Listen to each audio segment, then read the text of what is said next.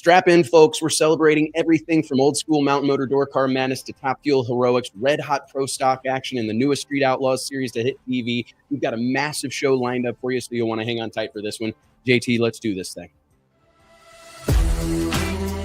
Listen, I've never had any problem expressing my opinions, but what we're doing here is bigger than that. These are conversations that need to be had in an unfiltered way. Drag racing's all I've ever done. It's all I care to do.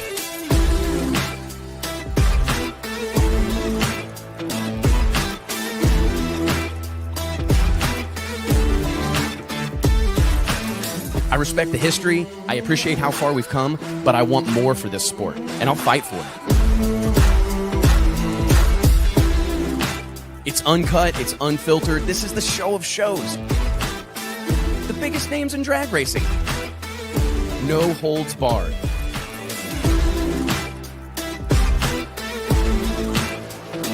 This is the great American motorsport, drag racing. Prove me wrong, I'll wait.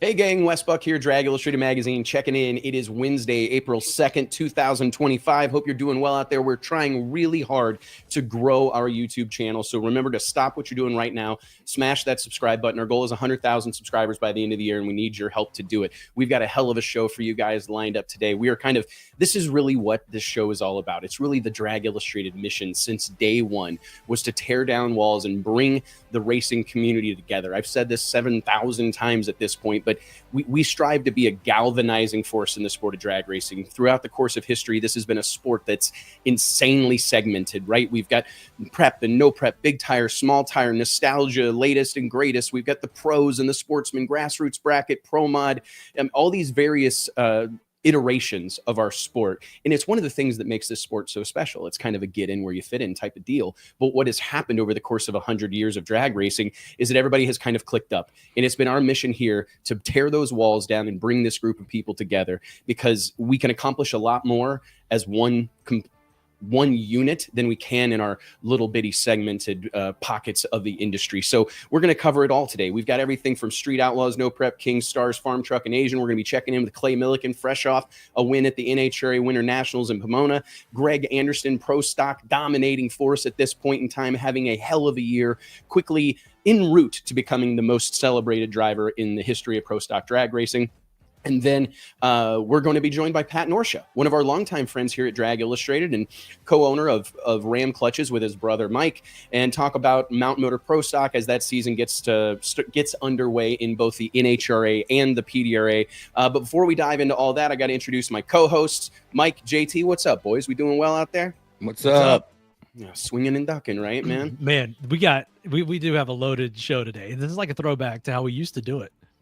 Man, yeah. I remember when all the shows were like a calamity. You know, every episode was just never knew who would call or who would send a message. Hey, bring me on. I want to come on. I got something to say. I kind of liked that, actually. The bar was pretty low. The bar was pretty low. It's like if you called us and you just begged to come on, we would probably get you on. Yeah, and it's amazing to see how much this deal's grown. I mean, JT's got it up there in the caption, episode 379. Hard to believe we've been doing this that long, every Wednesday afternoon, pretty much for damn near a decade, it seems like. But no, it's a crazy thing, man, and I'm glad and proud of this platform and proud, again, of being able to bring this group of people together. I think, like, at what point in drag racing history would you be talking to guys that, like, routinely street race and no prep race and also talk to, you know, an NHRA pro stock icon like Greg Anderson or Clay Millican? It's cool to see this group of people being presented as one. I think it's important because they become guilty by association, right? I want Greg Anderson to be mentioned in the same breath as Farmtruck and AZN, but I also want Farmtruck and AZN to be mentioned in the same breath as Clay Millican. You know, I mean, I think that this is a high tide lifts all boats type of situation. I think personally that Clay wants to be a street outlaw. So he does. Man, I think Clay wants to be a street outlaw as bad as he wants to take his next breath. He does. I sent him the graphic to this show, and he's like, "That's badass." Well, you know, they always say like rappers want to be NBA players, NBA players want to be rappers. Remember that back in the day? Yeah, it's true, man. It is. Shaq put out a couple bangers, in fairness. Shaq I don't know had a how couple good they bangers. were, you know, but I mean, I'm not saying like great. I mean, he's not like Tupac, but I'm not I gonna think join Shaq that, Diesel kind of held his own as a rapper, Yeah. For at least a little bit of time. But no, Well, it's a crazy thing, man, and I'm so blessed. And we have little time to spare here today. So remember, guys, let's click like, click subscribe, join this movement, and help us spread the gospel of drag racing. And without any further ado, let's bring on the men of the hour. Huge news in the recent weeks that Street Outlaws locals only would return to Discovery Channel. This is a huge deal for drag racing as a whole. I say it all the time and have been saying it for the better part of a decade, that any time drag racing is on national television, on network television, it's a difference maker for our sport. I don't care if they're doing burnouts on Mars, or if they're doing them in a parking lot, or if they're doing them on a no prep drag strip. This is a good thing for the sport. So I'm excited to hear about their thoughts for this and what they think comes next. Asian to Mars one time. What'd you say? Via office chair with 2 nitrous bottles. They're never going to let Asian live this down. And I actually told them not to bring it up because I think that it's kind of like a touchy subject. It's one of the funniest things I've ever seen to this day. It is a funny thing, but I think there was some like real deep-seated regret. And I just bring him on. Okay, here we go. Ladies and gentlemen, let's clap it up for Farmtruck and AZN. What's going on, boys? What's up, man? Hey, what's up? What's going on, guys? Man, I got to give it up to Lou, 405 Lou. Look at this shot. JT, man, make them full screen. I mean, we got Jeff Field here. Oh, wow. I mean, these guys, this looks like some shit you'd see on ESPN. Unbelievable. This is AI. This is not almost, This artificial intelligence. Well, what's going on, guys? Thanks. Welcome to the show. Thanks for joining us. It's been a hot minute. I know there's been a ton of stuff going on. So, like, before we get too far into this conversation, Locals Only just aired its first episode last night, I believe season 2. And I'm just curious about kind of your initial impressions, the fan reactions, how this format differs from the mainline Street Outlaws shows that we've, come to know and love over the years, and kind of what you see as how this was received by the masses and whatnot. So a wide-ranging question there, but I guess let's start with an origin story. How did this whole deal come to be? Yeah, so in the very beginning, we were racing just like every other racer out there, not really knowing what we're doing, throw parts at a car that we thought was going to be impressive. But as we know, drag racing is now science as opposed to art. And so we kind of got started just racing, and got picked up by the Discovery Channel by pure luck, really, just doing what we were already doing. I don't think anybody can go to school to pick up a TV show that's 1 in a billion. So we got lucky, worked hard at that luck to keep it as long as we could, tied a knot and hung on. And then, hey, here we are 11 years later. The show has evolved, like you said. It's gone from a street that was, leased by a production company, all the way to the track. First start was in Bristol, and then once we knew that we had an audience from there, I think that they decided, hey, there's people that want to see this baby live. So and then through the MPK circuit birthed other shows, and Locals Only kind of became a project that they let us just run with, and we basically go to each track that they're already shooting an MPK, and we invite 8 locals to come, and they battle it out for $5,000, and then at the end, the winner of the 8 get a chance to race a big tire Street Outlaw with negotiations for another $5,000. So it's kind of a game show style format. In a way that's modeled after the guided reality that we have, the format that's existed as Street Outlaws. So it's taken an evolution, and I appreciate you guys having us on. It's kind of cool to be able to sit here and talk with our own free will. Nobody really, you wanted to do this show, and whether our production company was involved or not, we kind of get to speak our mind about it. That's right. First and foremost, we're racers. We want to race. We're not hosts of a television show. But when they offered this to us and we were going to get to shine a light on the grassroots guys, the guys up and coming, we jumped at the chance. Because those are like the people you relate to, right? Those are you guys, and I think that's an important part of this is that, like, personally, I think the game show, like, kind of analogy works, Jeff, because I'm going, our sport needs more entertainment properties. Like it needs to lean into entertaining people instead of leaning so heavily into the competition and the technicalities of our sport. We need to focus on that entertainment aspect. And I'm sure like to be one of the guys that gets a local yokel racer that maybe is a local hero, he gets that phone call or that text message from one of you cats and goes, I got invited to be on Locals Only and I may get to run, you know, Daddy Dave or Murder Nova. Like that's a career defining moment for a whole lot of racers. So I think the concept is solid. Like what was like when you started out with it and you started making those initial reach outs, inviting those eight or so local guys, what was the feedback like? I'm sure people were over the moon. Was it positively received? It was mixed, you know, because strangely you would think you put a social media post out there. Hey guys, here's a chance to be on a television show. Come out here, you know, submit your card, do a little phone video to tell us a bit about yourself. People are really scared of it, man. There's a gut fear that these people have to just take that leap. Their friends will start making fun of them. They take jabs at them, you know, here. And nothing's weirder than video recording yourself, talking about yourself, and then including your car and why you deserve a chance at this opportunity. So I think, you know, what happened was in the beginning, we actually had some short car counts. It was kind of strange because some of the towns we went to, there were an overwhelming amount of people that wanted to do it.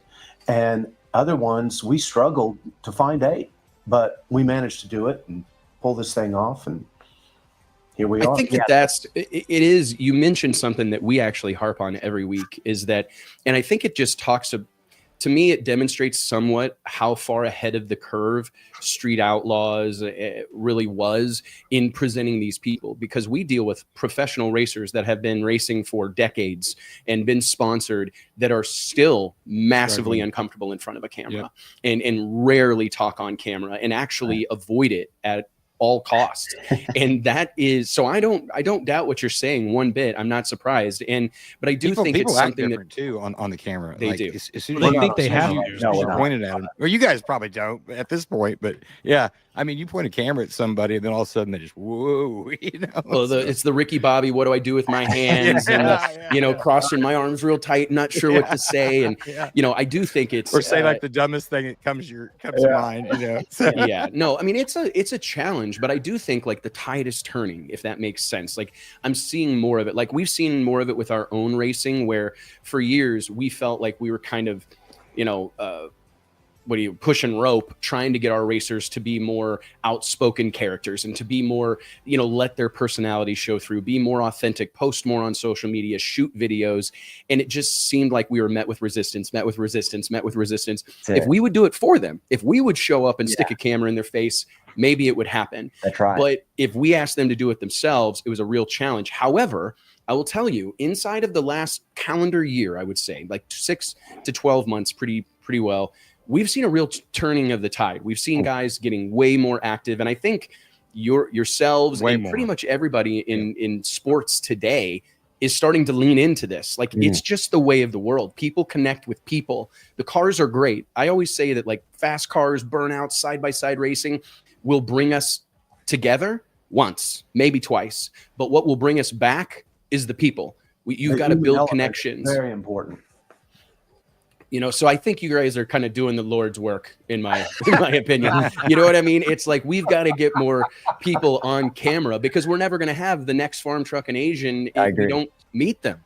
You know, like we've got to find out who these people are and create some sort of emotional hook and get them invested in what's happening. So I think it's a fantastic thing. So tell us kind of, it's been no secret, and I definitely have great relations with Pilgrim and Craig and Sam and the whole Jen and everybody that's been involved with Street Outlaws and No Prep Kings. And we talk a lot about this, and I know there's been a lot of work going on behind the scenes to get this show and all these shows on television and get them aired. So what has it been like the last little bit, kind of not knowing what the future holds? I'm sure that was a challenge, but if we're speaking candidly, I think people want to know, like, what's that like for you guys, kind of waiting with bated breath to see what happens next? Well, I think the most important piece of that, the foundation, is just to have gratitude that we've done it, right? That's the first, that's the first piece. We lay down the foundation. We're grateful that we've got this opportunity, that we've had it. We got a cool story to tell at the bar. So if it ends tomorrow, we're good. Right? But it's with the waiting period, with us having this show, having hosted this show and having it been produced and having them, they've edited it, they've cut it, they sent it to the network. You can't help but feel like it was over, right? You can't help that deep feeling that I guess that was it. I guess the ending is not what we thought it was going to be. I thought that, we never thought that we'd shoot an entire season and travel the country and then them to never air it. And then the locals to be disappointed that they were told, hey, this is going to air on national television. And they told their friends and families that you're going to get to see me doing my thing, because it is them doing their thing. And so I guess for us, it kind of felt like, all right, well, we're going to go ahead and unpack our bags here. I guess vacation's over. And so we started doing that, and we started, like you guys, going harder on YouTube, getting better at presenting ourselves in our personal lives and showing what we're doing, going to different events. And I think the same goes for all the other drag racers that were involved in NPK. They started doing other events and competing in small tire races and building small tire cars. And so we started doing burnouts. And I think life goes on. Even if a show was to really end, if they pulled the plug on it tomorrow, our lives continue. But the thing is after every season, we didn't know if we were going to have another season. And we thought, okay, that's it. It's probably over until probably about season 7 or 8. And we thought, okay, I guess we're going to do this for a little while. And, we've been rolling, 11, 12 years now. Trying. And, but we still have the same feeling. We don't know if it's going to continue. We haven't heard much. Yeah. We haven't heard you're canceled, which, that's good news. So I think that's good news. And that's the way it's been presented to me, is that it's like, hey, this is just, I think, and I don't mean to go down like a rabbit hole, but I follow like sportsbusinessjournal.com and a lot of these things that follow TV trends and all that. It sounds like it's just a wild world out there right now. I think there's a lot of change. There's a lot of movement, all these different streaming services and all these different acquisitions that are happening and companies merging and all this stuff. It just has some kind of, choppy waters out there. And I think that, I really personally feel like motorsports as a whole, auto racing, car culture, is strong as I've ever experienced it in my life. Like I'm 41 years old, and it's like, I feel like this is the most interest I've seen on a grand scale in car culture in my life. And I look across the board, and there's certainly low points, and there's things that are not doing as well as they once were. But I'm telling you, I was at Costco Saturday and saw like 6 drag racing t-shirts in Costco. You know what I mean? And I'm like, I don't know these people. These are people buying John Force shirts. I saw a Midwest Street Cars shirt. I saw a Cletus shirt. I'm going, this has to be good, that I'm seeing more of it just in the wild. And you look at all the programming that is on television and all the YouTube channels that are exploding. I feel like there's opportunity here. So, but I do really appreciate the splash you guys made, with the original Street Outlaws, and then running into No Prep Kings and the spinoffs. But even when it stopped airing, we see it. We have guys that come to our race in the Winter Series, and it moves the needle. Even with it not airing for quite a while now, still popular as hell. And you guys ought to be proud of that. Oh, it's absolutely incredible what you guys have become, what you've been a part of, and what you guys have built. And to JT's point, we experienced that ourselves. We were lucky enough to have Kai Kelly, Jimmy Taylor, Scott Taylor, Robin Roberts, Sean Ellington, a slew of Street Outlaws, Justin Swanstrom, come participate and be a part of our events this winter. And it's amazing the fanfare that those handful of names generate on their own. So I'm sure that there's a lot of opportunity for you guys moving forward, regardless of the television component, right? It's obviously something that you want to see continue to happen. And I think we all do. I think it's important for the sport. I was having a conversation with one of the guys at Pilgrim the other night, and we were just talking about how I really think you can point to Street Outlaws 11 years ago or whatever it was as being like a real much needed shot in the arm for drag racing and car culture, just to make it cool again, right? Just to make it cool or fashionable to be a car guy. Did you guys, do you look back and do you see that kind of distinct change that I see? Yeah, I think for those that are old enough to remember, you know, the 2001 days where Fast and Furious came out as a movie, and as cheesy as a B movie as that was a big moment for a lot of the aftermarket. Sure it was. It introduced aftermarket industries like, oh, you can work on these guys build these cars that, you know, before that there was underground street racing. The Chi-Town guys would make DVDs, and Kyle was still selling DVDs, right, of underground street racing, and then Fast and Furious came out, and all of a sudden there's toys, and there, you know, and Nitrous Express Sure, it jump-started drag racing. It did. And then so, you know, then you skip a decade, and then boom, here comes, you know, Street Outlaws fumbling its way. It's hard to see it, you know. It's like maybe watching like a kid grow up, or maybe you don't see the kid grow up, you just see them as they are. And so we just kind of see through the past 11 years the hard work we've done. And it's moments like this when we talk about it, they're like, dang, I guess we did start it there, and then now we're here. But I guess it just feels like it has so much more further to go. It's kind of in this weird period right now where you're saying it's never been bigger, but we need more people to talk about it. We need more influencers, although it doesn't seem like it, but we do. We need more influencers that people can relate to, and give them maybe the confidence or the gusto to go out there and do it themselves. I'm not sure what the call to action is, but we're definitely grateful to be ambassadors to the industry. It's not what we were going for, but it's kind of it's totally unintentional. Yeah. We've got people that come up to us all the time thanking us for what we've done for the sport of drag racing. Well, it was a shock to hear that the first few times, because you know, they offered us a job to race on TV, and we did it, and we didn't realize what we were doing and what we were doing for our sport. And it's an honor that we have been a part of jump-starting drag racing. It took a couple of years to realize that we have done that. Totally unintentional, but you know, I don't think it was just us. You know, it was Pilgrim Studios. It was all the camera crew. You know, it was everybody that helped us make this, and then the fans. The fans jumped on and clung on and stuck behind us, and we were blown away that it was as popular as it was, and we still are. And what I have loved about it is the amount of new fans that these shows, produced. Is that I remember, like, the first time I went, I believe the first MPK event I went to was in St. Louis, and it's been forever ago. I went with Pat and Lizzie and hung out, and I couldn't believe how many people, you know, drag racing fans have something of a distinct look about them, right? Typically like a black shirt, maybe some Dickies, you know what I mean? Probably something that says Proline on it or Fuel Tech. But it was a distinctly different crowd. Lots of young people, lots of women, lots of people that are like dressed in golf clothes or jeans and a polo. And I thought, you know, this is a really different demographic than what you typically see at a drag race.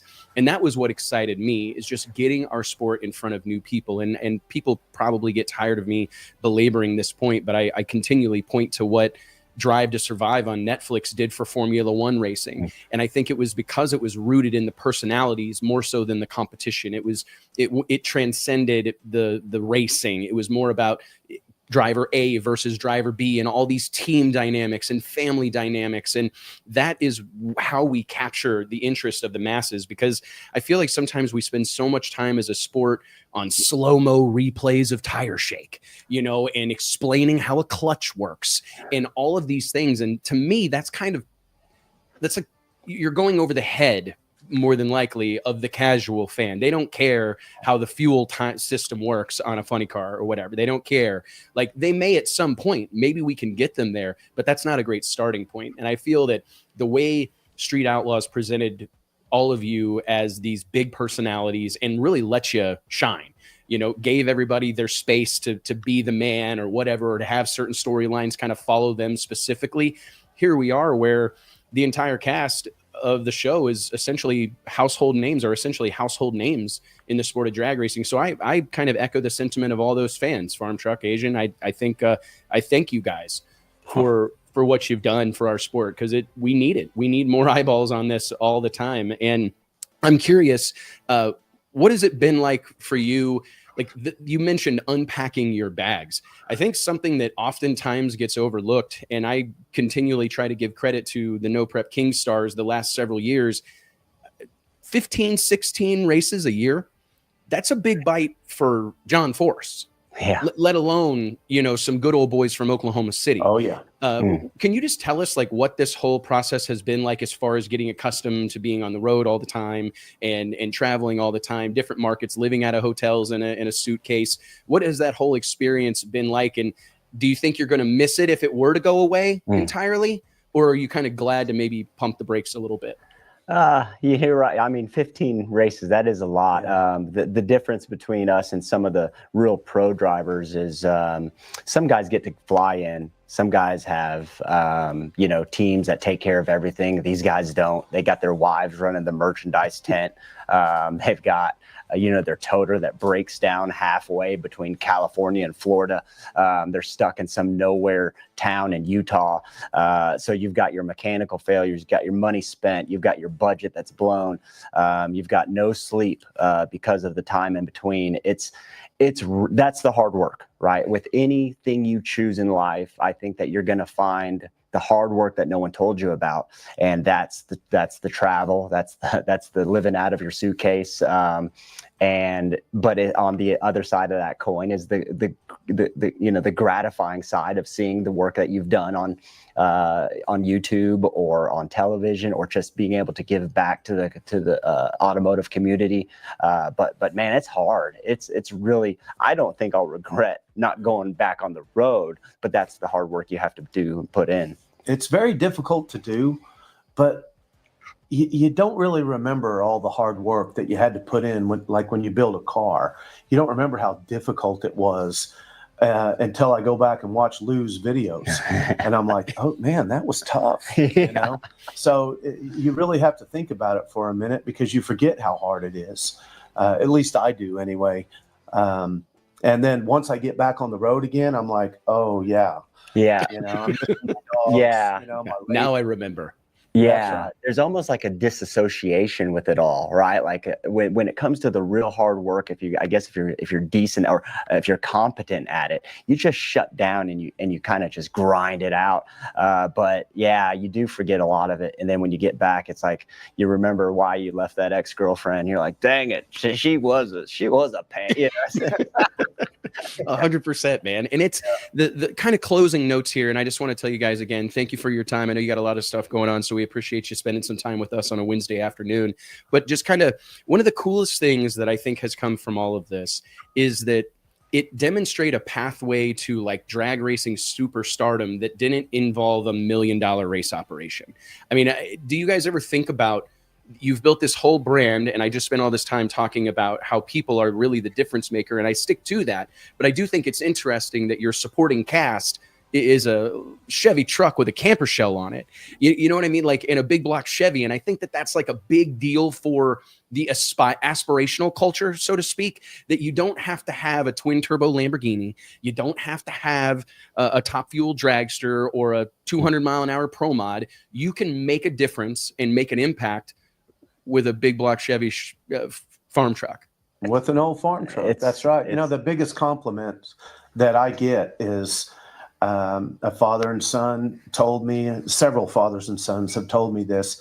We were looking for something to watch, and we were flipping through the channels, and we ran across your show. And after it was over, I said to my dad, hey, we got that old truck out back. That is the biggest compliment that anyone could ever say to me, because a father and son time building a drag racing vehicle, I get chills thinking about it. Same here. I got goosebumps. Amazing thing to have happened, and it motivated a lot of people to get behind the wheel and get things running and get things going. It's the farm truck's kind of a gateway drug. It's got 100%. But I think it's across the board, because I've had this conversation with many of our advertisers, especially like in the chassis kits and chassis shop and suspension guys, where they'll tell me like, you realize, Wes, that like most of our business is built on the back of cars that never made it to the track. You know, we bought a hatchback. My son and I bought a hatchback Mustang, and we bought a mini tub kit from XYZ shop, and we worked on it. And man, we're trying, but she's still on jack stands, you know. But that you're right. Allowing people to realize that you don't have, like, there, you can get in where you fit in. You don't have to have, like, the accessibility of drag racing is really undersold across the board, and we don't talk about it enough. But what's happened is, like, to be in the conversation or to be cool, you've got to have a 4,000 horsepower roll racing GTR or whatever. And I think what the show really brought to light is, I mean, I think Chuck Seitzinger's car is one of the best examples, because it's like, this is like an old school back half Mustang that there are probably 30 million of, right? And here he is, there's Hot Wheels of this thing, that's in a video game. He's built a career on the back of this back half Mustang.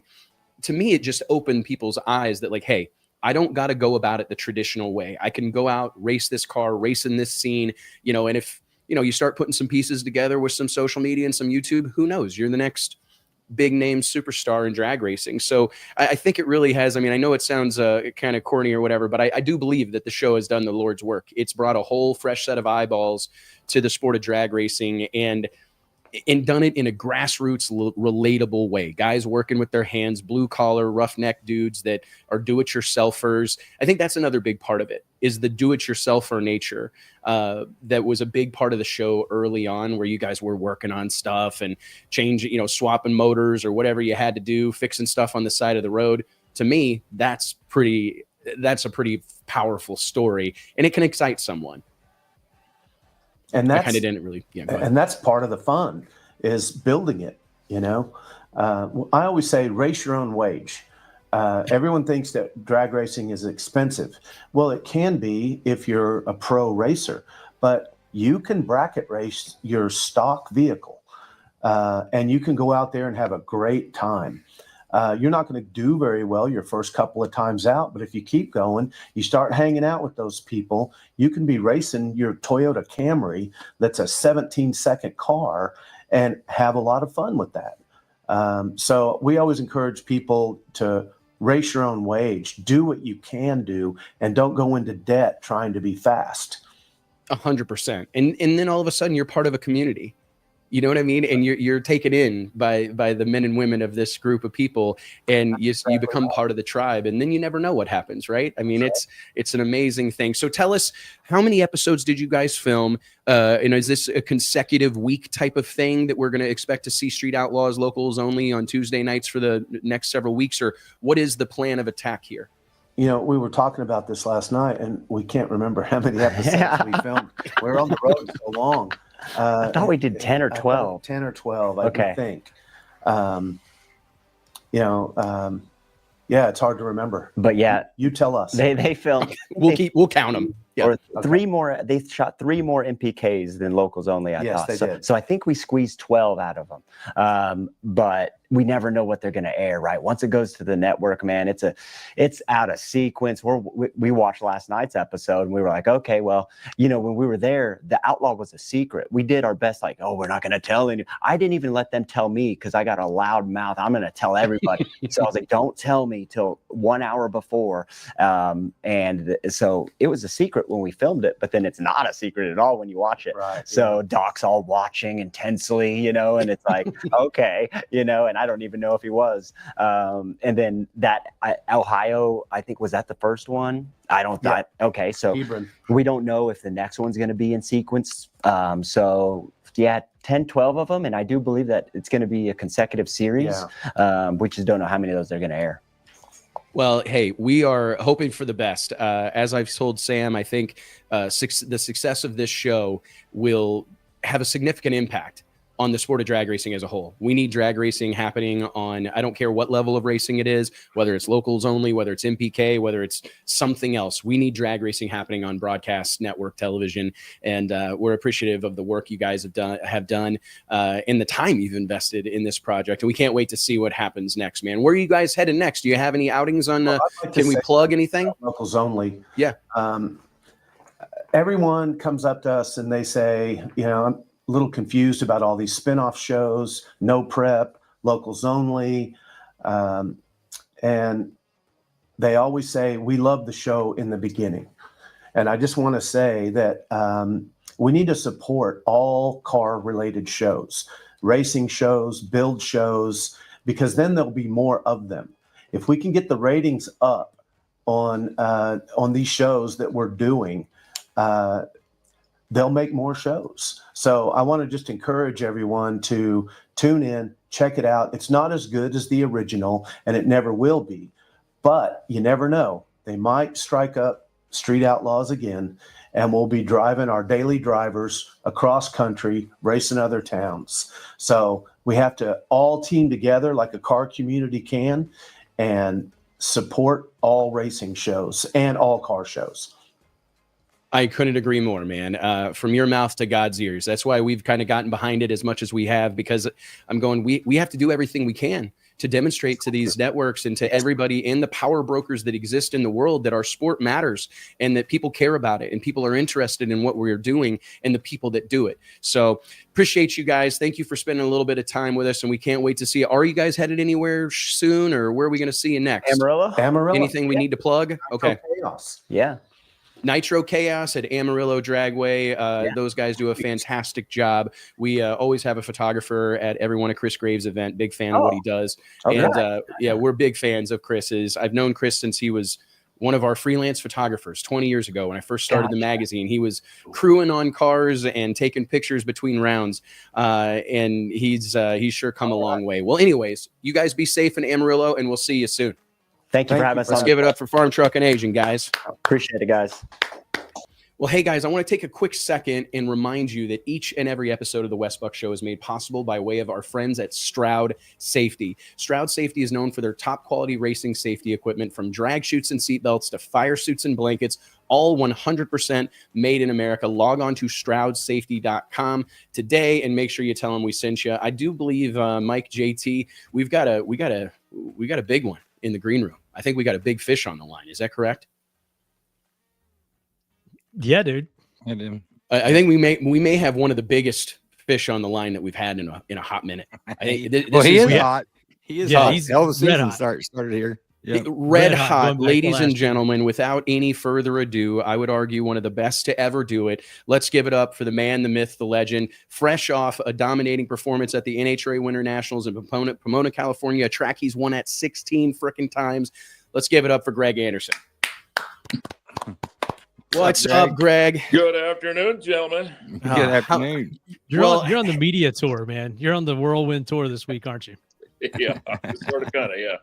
Yeah, At least you got a couple weeks off before the next race, not a back-to-back or anything. Right. How you boys doing? Man, Good, man. We're not doing as well as you. To be honest, I mean, I'm feeling pretty good. I'm feeling froggy. It's a beautiful day in Fort Worth, Texas. But man, what a start. Well, really, the way you guys closed out 2024 and obviously carried that momentum into the off season, clearly made some gains in the winter, come out swinging. Your performance at the Winter Nationals was a historic thing. I mean, just something of beauty, resetting the track record a couple of times throughout the day. I guess, could you just, you said a quote that I think for whatever reason really hit me in the stomach. Like, it just felt like Greg Anderson achieving a new level when you told me you looked at your team, or told the media that you looked at your team and felt like something of a proud papa, and I just thought, that's a new version of Greg Anderson. The Greg Anderson I know and have gotten to know over the course of the last couple decades was a guy, and I'm not ever going to, say that you were selfish or anything like that, but I think that you had like a competitiveness that was impossible to turn off.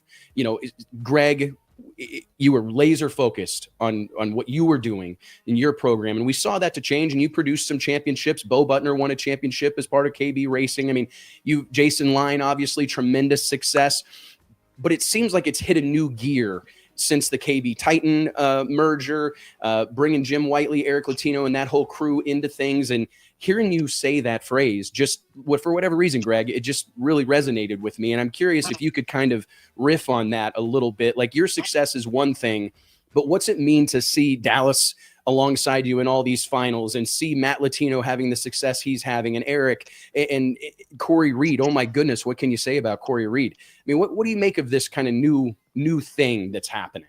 Well, it's the future of our sport, of our class, Wes, and if we didn't do something about the class 3-4 years ago, obviously the elite group and my group, we made major changes to the way we operated. As you said earlier, I used to be able to be pretty selfish. Jason Line and I, all we had to worry about was our own hot rods and trying to find a way to make 2 race cars as fast as we could and worry about nothing else. And then as time went on and kind of the class got in trouble and needed entries, we came up with a great idea between ourselves and elite group and really, a lot of other players too, to get some young talent in the class and find a way to get them in where they could compete for wins right away. And basically what we did was we decided to lease, rent, whatever you want to call it, total race cars or just engines, either way, the same as was under the hood of my race car, Erica Ender's car, Jason Line's car, the same exact equipment. So it's obviously proved to be a great deal for the class. And now you've got all kinds of young talent in the class that basically can just bring their helmet and we supply all the equipment, and the equipment's just as good as what I race. They can go try and whoop our butt every chance they get, and they do. And it's made me realize that it's not all about me anymore. I've got to do what's best for the class. I've got to do what's best for KB Titan. And if I can't find a way to make all my customers, all my rental customers as happy as me, I won't have rental customers. We won't have a full class. So there's no alternative. You have to give them great equipment, and it's very hard to get one. It's hard enough to get one race car where you want it and as fast as you want it, let alone get 7 or 8 of them as fast as you want. And this weekend, we came the closest yet that we've ever done to having the whole fleet fast. Got all 8 cars qualified, 6 of them in the top half, in the top 8. So, yes, as I said, it was a proud moment for me. It's not easy to achieve. And the first thing you have to do is put that selfishness away and think about your customers as much as you do yourself. And we've got that mindset these days, and I now enjoy just as much. Well, maybe that's a small lie. I still enjoy probably winning more than anybody. But, if it doesn't go well and I don't get the job done and one of my teammates does win, I'm pretty damn happy. So it's a pretty neat deal right now. It really is an incredible thing to watch. And I think you touched on something there that is worth mentioning is I think about how many people have come into the sport of drag racing, specifically pro stock. I mean, you talk about a very difficult place to go and be successful quickly. Pro stock is not for the faint of heart. And I find it interesting that it's no surprise to me that we're seeing some growth in these classes because there is a pathway to success. I mean, what we see all the time is a guy comes in, he spends a couple $1 million on parts and pieces, spends 2 or 3 seasons not being able to find their ass with both hands. And then they go, you know what? I'm going to sell this stuff and go fishing or buy a sports car, do something else because I just can't figure this out. I can't make it happen. And I think that there's a pathway where you can partner with Elite Motorsports, KB Titan, the list goes on, and kind of do it however you want to do it. Like you said, flying with a helmet bag, or have your own program and lease engines, what have you. But I think that really has been a turning point because there is a pathway to success, and there's still going to be struggles and there's still going to be challenges, and you're still going to find yourself in situations where the man or woman behind the wheel is the ultimate difference maker, right? But it's at least possible. And that air of possibility is a pretty valuable commodity in our sport. So I give you a lot of kudos for that. I'm curious, what's it like to stand second only to John Force in all-time NHRA round wins? I mean, I just think about what it must be like to have your name mentioned in the same breath as something of a religious figure in our sport, John Force. Yeah, that's absolutely crazy to me, Wes. Obviously, 20 years ago or whenever it was that I got started on this deal, 25 years ago, I never thought I could win one race. And then I guess I had a lucky day, a magical day at Bristol, Tennessee in 2001, and I won an event. I won a national event, and I never thought that could happen. And I think the entire world, including me, probably thought, well, he's probably one and done. That was a lucky day. He's probably one and done. And as it's turned out, I've been able to surround myself with great people my entire race career, which is everything. You can't do this deal on your own. You're only as good as the people that surround you. So I was able to get the right people to work with me, together with me, And we went forward and we started winning races, and then we started winning more races, and it's continued for a lot of years. It all started with Ken Black, as far as forming the KB racing team. He was a great quarterback, great team owner. We raced 20 some fantastic years with the man, and between myself and Jason Line won, I don't know, 140 some races, something like that, some crazy number like that. So he's responsible for it. Without him, we would have none. But yeah, it's just completely shocking to me to be even mentioned with John Force. And people now are starting to ask, well, you think you can get to Force's record? Hell no. There's absolutely it's only no taken chance. 24 years to get from that win in 01. That much longer. So I know I'm at close to the end of my runway, and I'm good with that. I'm fine with that. I've never really worried about the amount of wins, but I do go to each race trying to win every single race I go to, and I don't necessarily worry about the points and the grand total working through the year towards the end of the year. I live for that weekend, for that moment, try to win that race. That's what the gratification is for me. I need that instant gratification, and that's what that is. It's all about tonight. I was driving home from the gym and that Blake Shelton song came on. Yeah. It's all about tonight. And I was just listening. I'm like, you know what? It kind of is. It's all about tonight, because tomorrow may not come. There's no guarantee. We'll talk about the future though, Greg. You were talking about kind of setting up KB Titan, and that you're closer to the end of your runway than the beginning at this point. I mean, without putting a number on it, how close are you to the end of that runway, and what do you see your role? Like, what do you plan to do when that end does come, as far as KB Titan continuing on and the next generation, and what does that business and your role in it look like going forward? Well, it's kind of funny, Mike, because there's many days that you feel like I'm really close to the end. If this thing doesn't turn around and I don't start until you started winning all these races in a row, exactly. then now you got a longer runway. And that changes everything, and people ask all the time, and I tell them I'm only going to do it until I can't win anymore. And I guess I could still win. I don't know. I somehow I've been finding a way lately, but that could certainly disappear at any time. So I don't know if my fuse is 3 days longer or 3 years longer. I have no earthly idea, but I'm going to try as long as I can.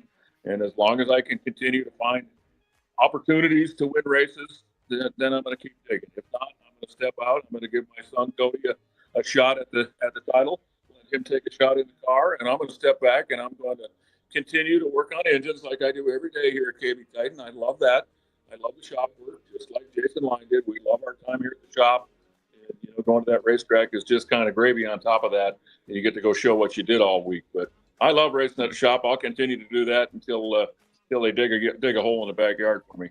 Speaking of the shop, one of the things that I think would be fun to kind of share or give some insight into to our viewers here and everybody that joins us around Drag Racing's water cooler every Wednesday is, you mentioned 7-8 cars.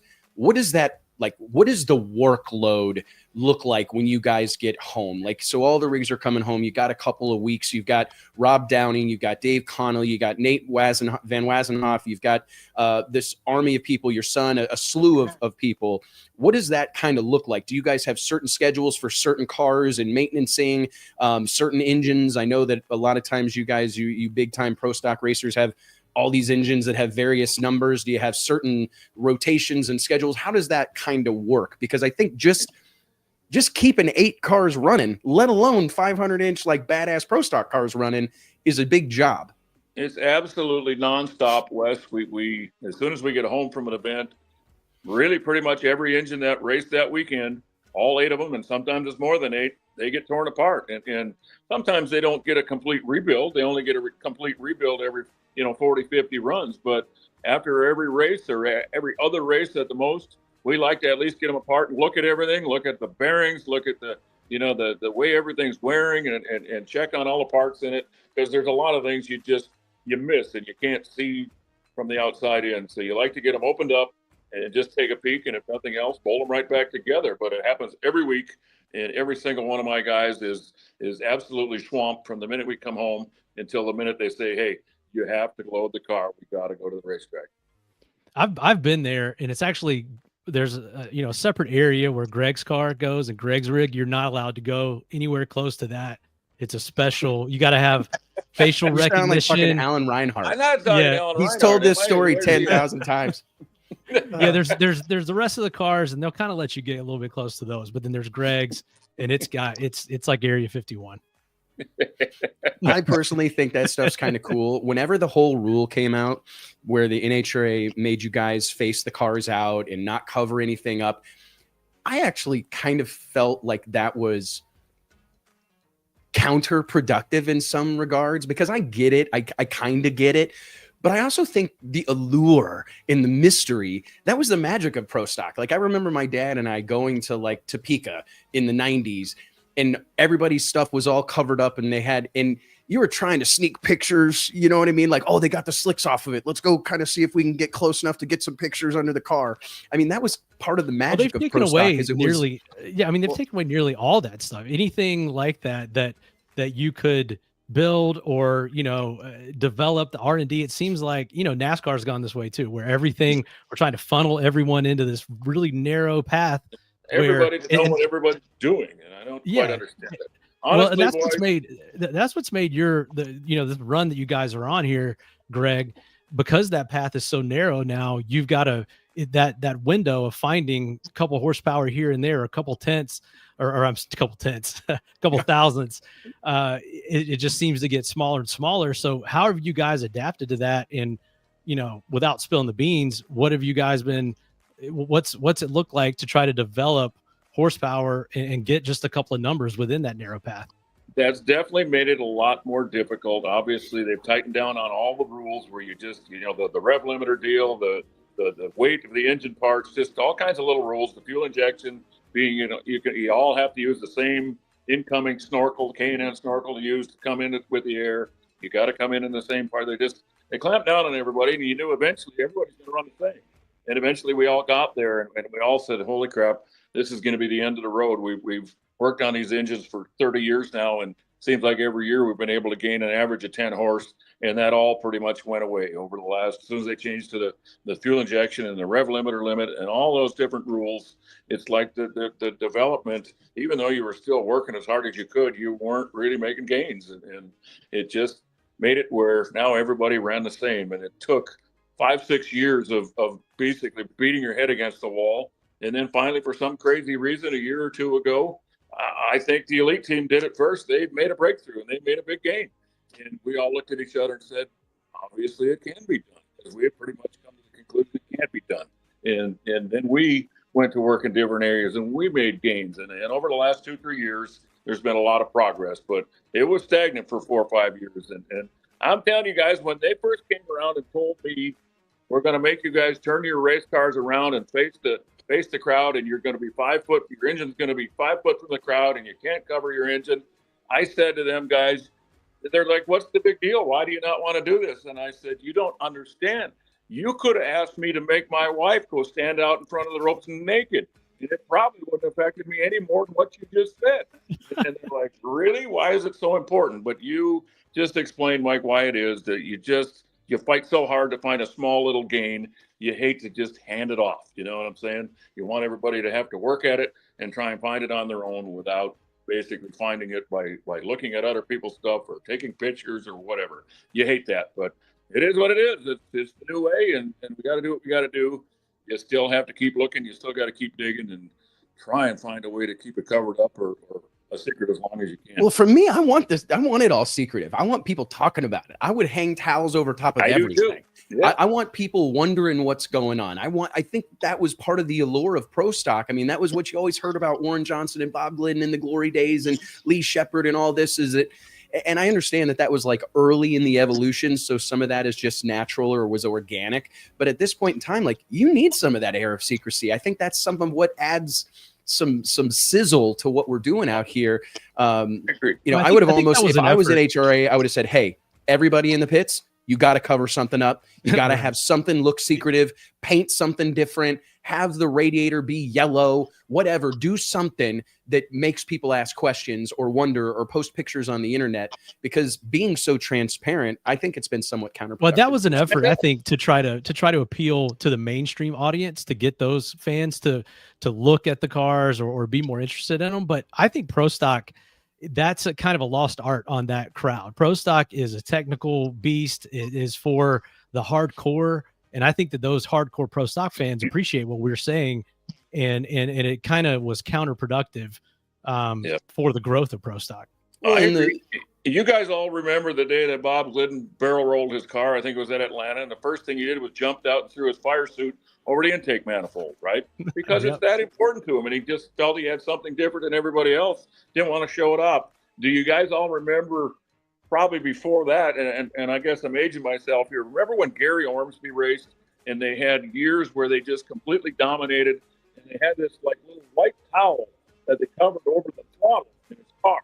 And everybody's like, why in the world would he be covering the throttle in his car? Well, they had figured out a way to get his reaction times better with whatever they did with the throttle in the race car. And it took the rest of the Top Fuel guys years to figure that kind of stuff out, right? And I remember, hearing about that and looking at that, and there's always a big crowd around Gary Ormsby's car, and he's out there winning every race and cutting, 30, 40 lights. Everybody's 100. Right. So nobody could figure out what was going on, but it was the coolest thing I ever saw, and then I think that's just part of it. People want to see that kind of stuff. I do too, man. If I'm Dallas Glenn, I'm putting covers on both sides of my car in the pits. Like when the doors come off, I'm putting some sort of sweet looking rad torque systems covers so no one can see my clutch pedal. No one can see my pedal configuration. I think at Phoenix, Dallas put a whole shot on Matt Hartford, and during the winter interview, Matt goes over to Dallas's car and pops the door open, is looking at his clutch, kind of half joking, but I think also half trying to figure out what the hell he's doing to cut these lights. So it's still there. And I can remember the days of going to talk to you, Greg, or Jason, and you didn't go in the KB pits. You didn't cross the rope. If you were going to talk to him or get an interview, they were going to come to the back of the trailer and meet you there. And I think there's still some of that air, and especially with you guys, but it has been cool to see the evolution. I think your social media team posted that photo of your whole team lined up at the back of your pits, all 8 of you guys. And it has been cool to see that evolution, kind of keeping some of that air of secrecy and sort of that mentality, but also building that team, which I think is paying off. I mean, having that team and having those 8 cars, the data from it, and having more, minds to bounce off of, has that played into your success so far this season or toward the end of last season? Honestly, yes. I think it has been a benefit because we sure get a lot more data than we used to get. That's a lot of runs down a racetrack. When you put 8 cars out there 4 times each through qualifying, that's a lot of runs. That's a lot of data to look at. So you can't say that that's a negative. Yes, all the work that goes into it and everything else that's involved might be a minor negative, but that's a hell of a positive that you get all that data. No, it's an incredible thing, man. And I honestly think if we were going to, like, if our goal is to get more eyeballs on the sport, I mean, I'd be more mandating Greg's wife stands at the front of the pits, than uncover the engine. You know what I'm saying? Like, I think that that's something that we do lose sight of, is that when we're talking about, and I see it all the time. I saw somebody was talking, I can't remember what it was. Oh, Bill Bader made a fantastic post on social media in the last couple of days talking about how, as a sport, we have to at some point accept that we are selling entertainment. This is an entertainment product. And certainly the competition is real. The sport is real, but it's an entertainment product, no doubt about it. And I think that we have to stop. And it was funny because there was a lot of comments going, well, I really like the racing, and I really like knowing, the 60-foot times, and I really like knowing the back splits, and I like talking to these guys. And it's like, yeah, but you're already here. And I would click on their profile to see who they were, and inevitably they were 75 and went to their first race in 1912 or whatever. And it's like, we were so thankful you're here, and we're so glad you care about our sport, but we have to attract new eyeballs. And I don't think we're going to get it talking about degreeing camshafts or how clutches work. We've got to talk about, these people. We got to talk about Greg Anderson. We got to talk about Corey Reed, who they are. It's a really interesting thing. So before we cut you loose, Greg, what's the next couple of weeks look like as you get ready for the next barn burner stretch on the NHRA Mission Foods Drag Racing Series Tour? Well, Wes, we've actually got this week off. Obviously, we don't go anywhere this weekend. Then next weekend we go to our first four wide of the year at Vegas. So that's going to be wild. But right now, it's a West Coast swing. It's like the second West Coast swing we have of the year, or the first one. And all our rigs are still on the West Coast. So 80% of our engines are still out there. I have a couple here that we left home to work on, for new projects and stuff for when we get back from the West Coast. But pretty much all the stuff that's been raced the last 2-3 weeks, it's all stuck on the West Coast. So it's a little bit of a different week compared to normal, where guys are not absolutely just covered up night to day, trying to go through every single engine that raced last weekend. That'll happen when we get back from Vegas. But right now it's working on new projects, and you just can't ever stop. You can't ever stop trying to go forward. And we're very damn proud of what we did last weekend, and we feel the cars are running great. But we are absolutely not under the illusion that's going to continue.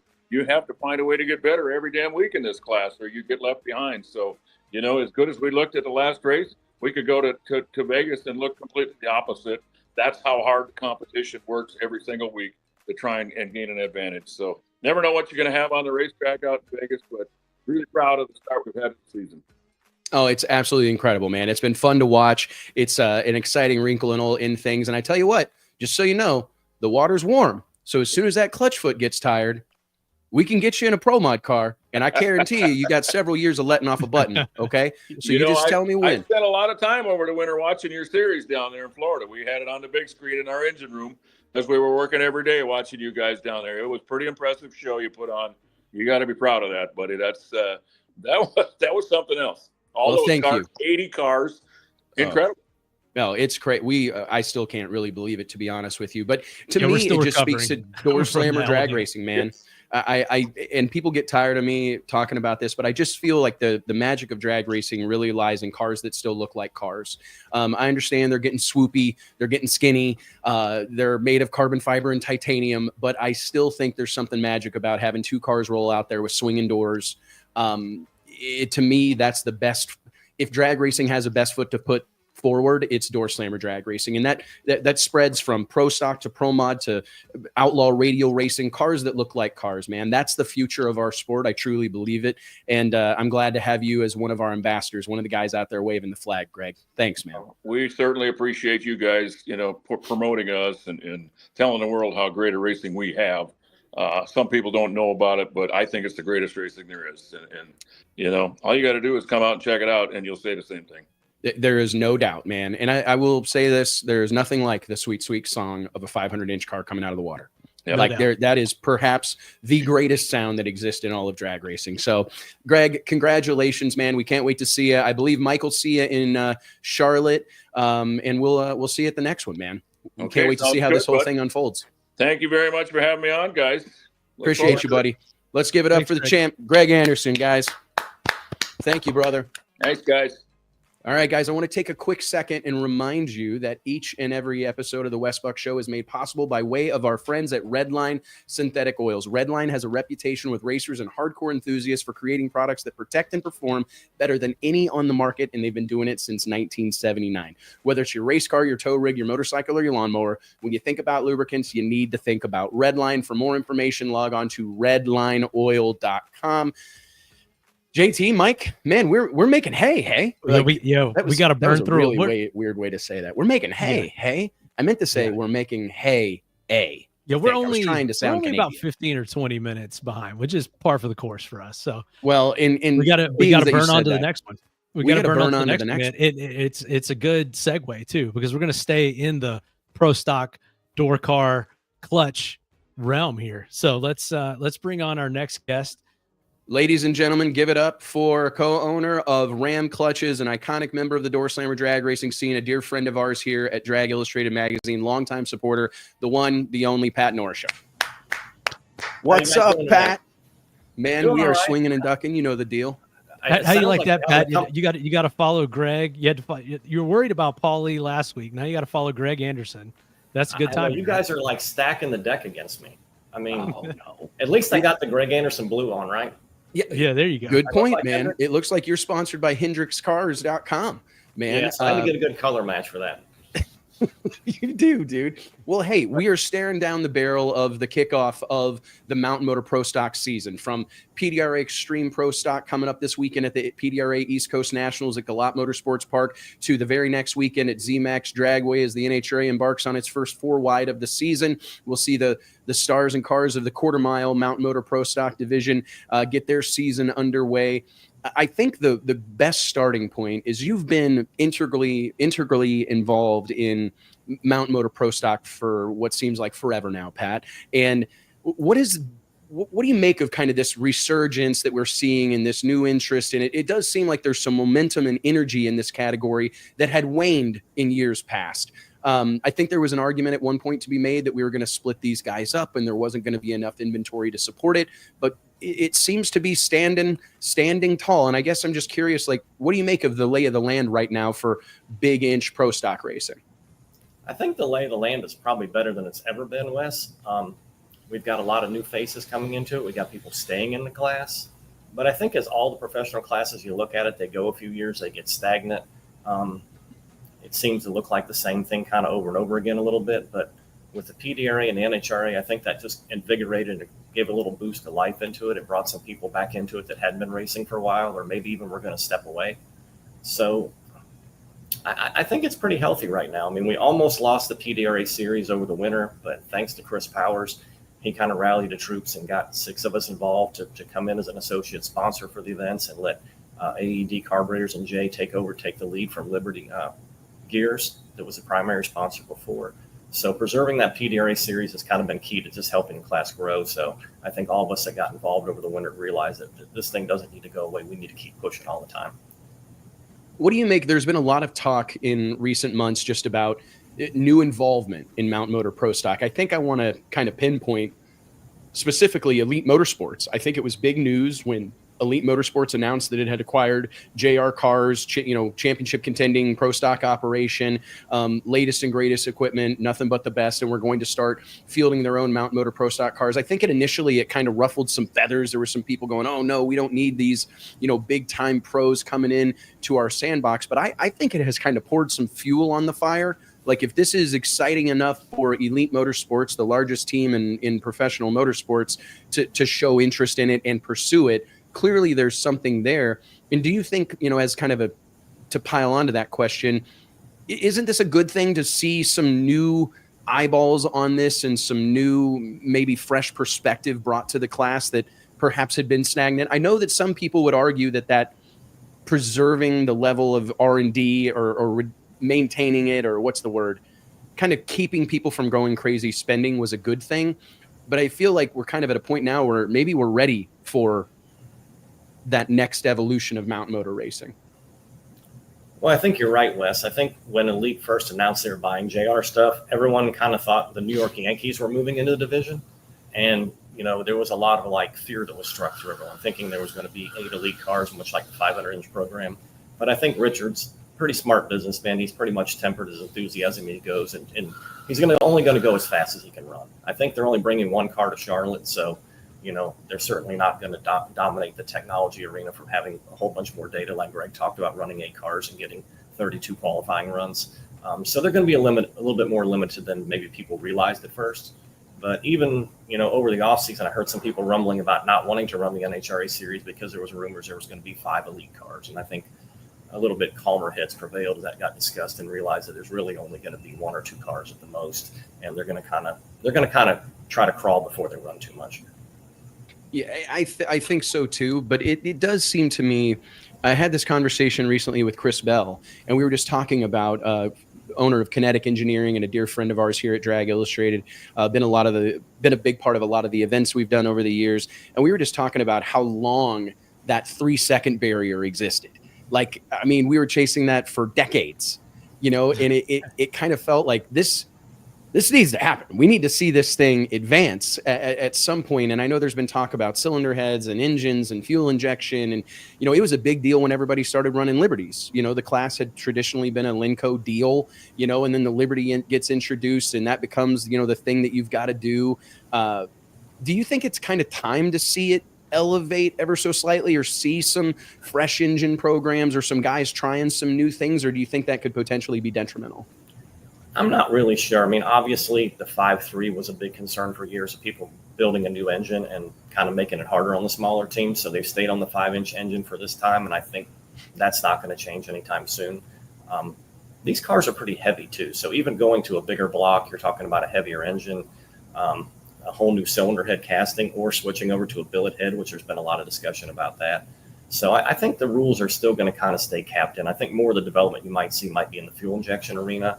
and just people trying to kind of fine tune these combinations over the next several years. I mean, there's been a tremendous improvement. You mentioned the 3-second run. It's taken, I don't know, 10 years to get there. But if you kind of look at the class as a whole, the class kind of went backwards for a few years in there in the early, like maybe post ADRL, early PDRA days. But over the last 2 seasons, a lot of teams have really kind of stepped up and got a better handle on their suspension, their drivetrain, transmission ratios. And that's why you're seeing the cars start to move up. So I think in the future, there will be more 3-second runs, but obviously you're a little bit limited by the atmospheric conditions. So we need the schedule to make the runs. I mean, in Virginia last year, you probably could have had 3 people go in the 3s, maybe 4. Yeah, it seems like forever the conditions have been there and you think you're going to see it. And then we finally did see it. Everyone was close. We had 4 flats all over the place. And Dobbins did go the number in testing a handful of years ago. But it's been interesting to see how that was just such a hard barrier. And we've talked a lot about how, is it a good thing or a bad thing that it has kind of, for lack of a better word, stagnated, but that's allowed some of these smaller teams to hang around, be competitive, go, run PDRA if they want to run the 8th mile deal, go run NHRA occasionally. And you see some names that I don't think you would see otherwise if we were just, in the ADRL days, like in, Pro Nitrous experienced that, where we went from 5 inches to 5.2 to 5.3. Now they're talking about, we want to go even bigger to try to keep nitrous cars competitive. And it's just really whittled down that competitive field to almost nothing, a handful of guys that can still do it at a high level. So interesting to hear your take on that. And you've been around it from the beginning, just like you have Pro Mod. So I think probably your opinion is as valid as any on that. Well, Mike, I think you remember back when Pro Mods and West does too, when we ran 706s, and that was a big engine. And then we bumped it up to 728, 732. The rules kind of got out of hand. The blower cars got an upper hand, and they kept trying to basically help the nitrous car. But in going to the 800-inch engine, you had people like Jim Halsey and Mike Castellana, and ultimately the Sheik came in there, and they just spent boatloads of money that left some of the smaller guys behind. You probably remember Bert Noxier was a very good racer in his day, and a lot of those smaller teams went away. And I don't think we want that to happen in any class in drag racing. So kind of preserving Mountain Motor as room for everybody, I think, is key to its growth in the future. Yeah, for sure. I agree. Mike and I have a lot of offline discussions just about like that. There was a real turning point in Pro Modified when Alanabi Racing arrived on the scene. There was like a new level of resources that I don't think had been seen before. Well, that was coupled with the no rules situation going on in ADRL. Besides splitting the classes into Pro Extreme and Pro Nitrous, that was it. And I think the rules, that's like you talked about Mountain Motor Pro Stock, and really every class except for maybe Radial versus the World and a handful of the others, we've seen rules able to preserve that competitive balance for a longer time. Whereas in those days, it just got out of hand so quickly. And you got to protect, like, this is a group of people, racers are we push the envelope by nature. It's just what we do. We shorten the fuse. And I think that sometimes we have to, this is a group of people that largely need protected from themselves.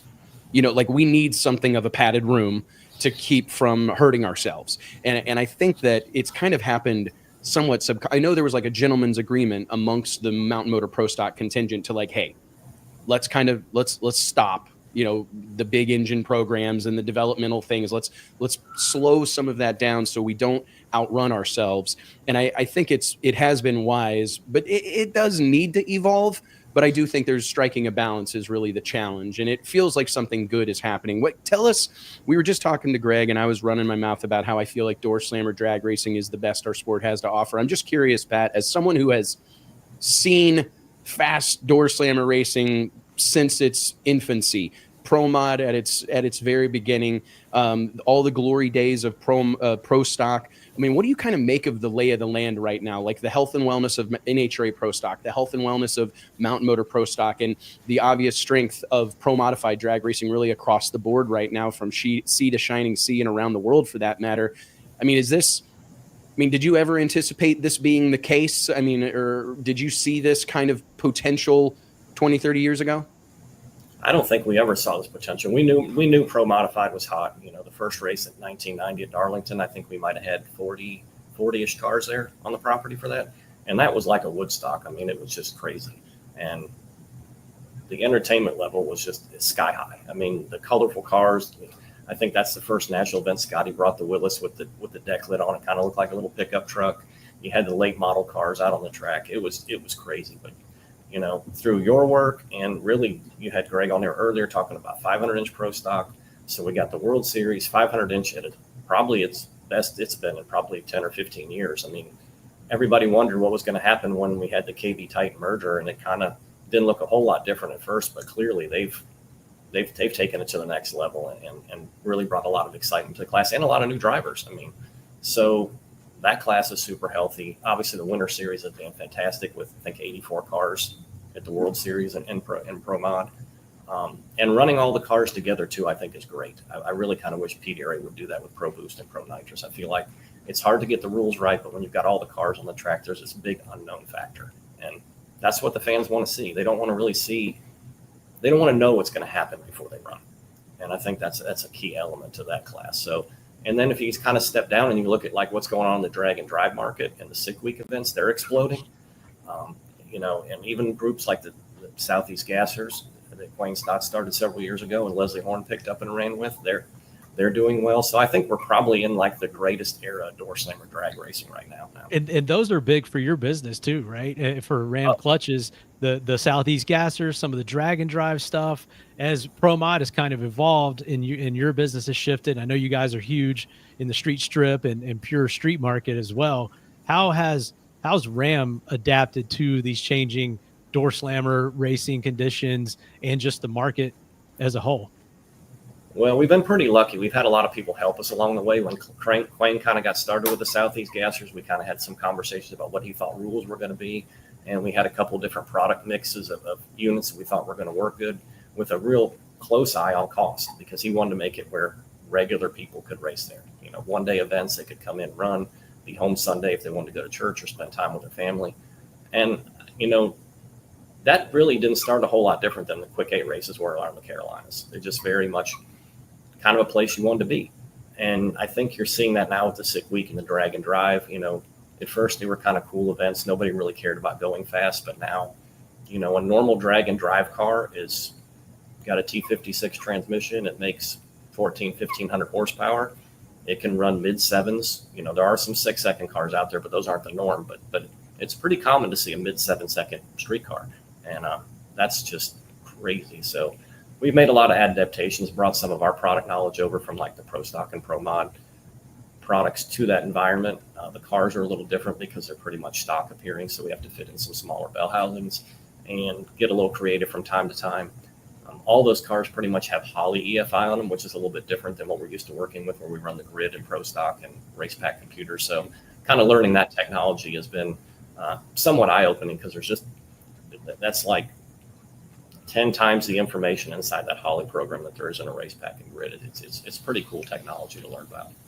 It's amazing to me, the streetcar scene right now. Like I look at Streetcar Takeover, we're just a few weeks removed from TX2K, the big roll racing and streetcar drag racing event that takes place at the Motorplex outside of Dallas. You're right. I mean, it is not at all uncommon to see a 1,500 horsepower twin turbo LS or LT powered car with a stick in it, and the guy drives it regularly and drives it out to the track. I mean, is it as crazy for you to think about? I mean, I'm not saying it's easy to make big power, but it just seems to be so commonplace right now that it's baffling to me. It really is crazy. You know, I kind of think back, because we're always kind of looking in the rearview mirror where we come from. And, you know, when I got out of college, if somebody had a 5.0 Mustang and it made 250 horsepower, they put a nitrous kit on it and made 300. They had a pretty bad ride. And I mean, now that's like someone's just going to laugh at that thing. It's crazy, man. I mean, I remember when I was a kid, like graduating high school or whatever. I mean, if you had a hot rod, I mean, it probably had open headers, a high compression small block in it with a Dominator or something. I mean, like it was a pretty manual brakes, manual steering. Like it was no creature comforts. And today, I mean, you see these cars that make, I mean, Texas 2K is a real eye opener. If you've never been to that event or not paid close attention to it, I mean, the amount of big power street cars that exist is almost mind-numbing. I mean, most of those classes have over 60 entries, and they've got a dozen different classes. I mean, they have so many entries in some of the classes. They kind of have like an A field and a B field. And you're right. I mean, it's spread from 6-second quarter-mile cars to 8-second quarter-mile cars. But, you know, I'm from a time when a 10-second car was the baddest thing and within 200, 300 miles. So it's amazing how far. What do you make of that technology? And, you know, especially as a clutch manufacturer, like dealing with those big powers, but maintaining some sort of street manners and drivability. Yeah, the drivability has really not been too difficult to maintain. Most of our products do drive pretty good on the street, and that's always a concern. If you follow any of that stuff online, you'll see people asking, you know, what do I need to do to adjust to drive from track to track? And, you know, it's not a bad idea to take the inspection cover off and add some base pressure to it. But a lot of these guys, you'll see comment, they're careful with it on the street, and they'll just drive it from one track to another. So it is pretty phenomenal. If you just think about the power levels, these cars are making pretty much the same horsepower that Pro Mod did when it started. And so, you know, Pro Mod was like Pro Stock on steroids, you know. And so to think that's the car that somebody drives the Publix to get groceries now, just kind of goofing around to have fun. So it's really kind of amazing.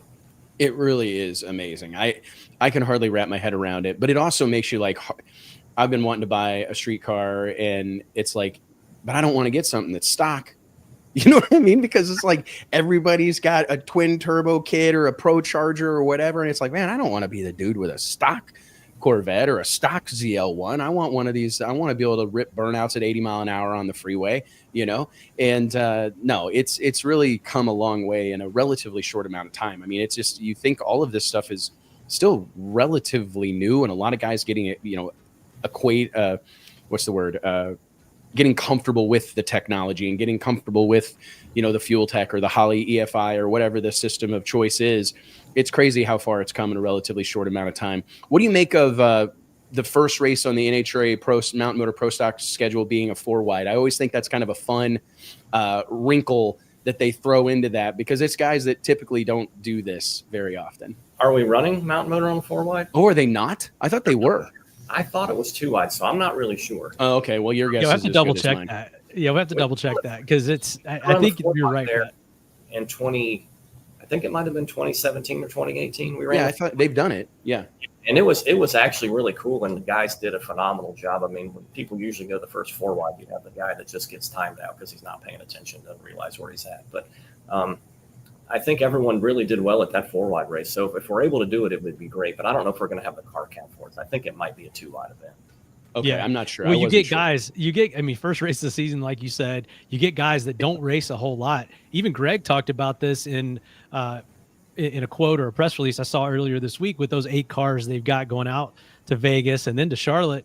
A lot of these new drivers have never even raced 4-wide. So I think that team has a challenge ahead of them, and like everyone does. So it's probably the most polarizing thing in drag racing, the 4-wide deal. So we'll see how that plays out. But a lot of people don't like the 4-wide, but I think it's kind of cool because it kind of cuts the deck again. You've got 2 people advancing each round. So if you've got a guy that maybe is a 11, 12 player that doesn't move up in qualifying much more than that, all of a sudden he's got a chance to make it into the next round. And if he can just catch a break, he might get into that final 4. Oh, yeah, there's no doubt, man. There's no doubt. Well, Pat, we got to keep it moving, brother. We appreciate you spending some time with us this afternoon. I'm assuming you're going to be out at the 4-wides, and will we see you at PDRA next weekend or this weekend? Yeah, I'll be heading over to PDRA on Friday. Okay, fantastic. We'll be there too.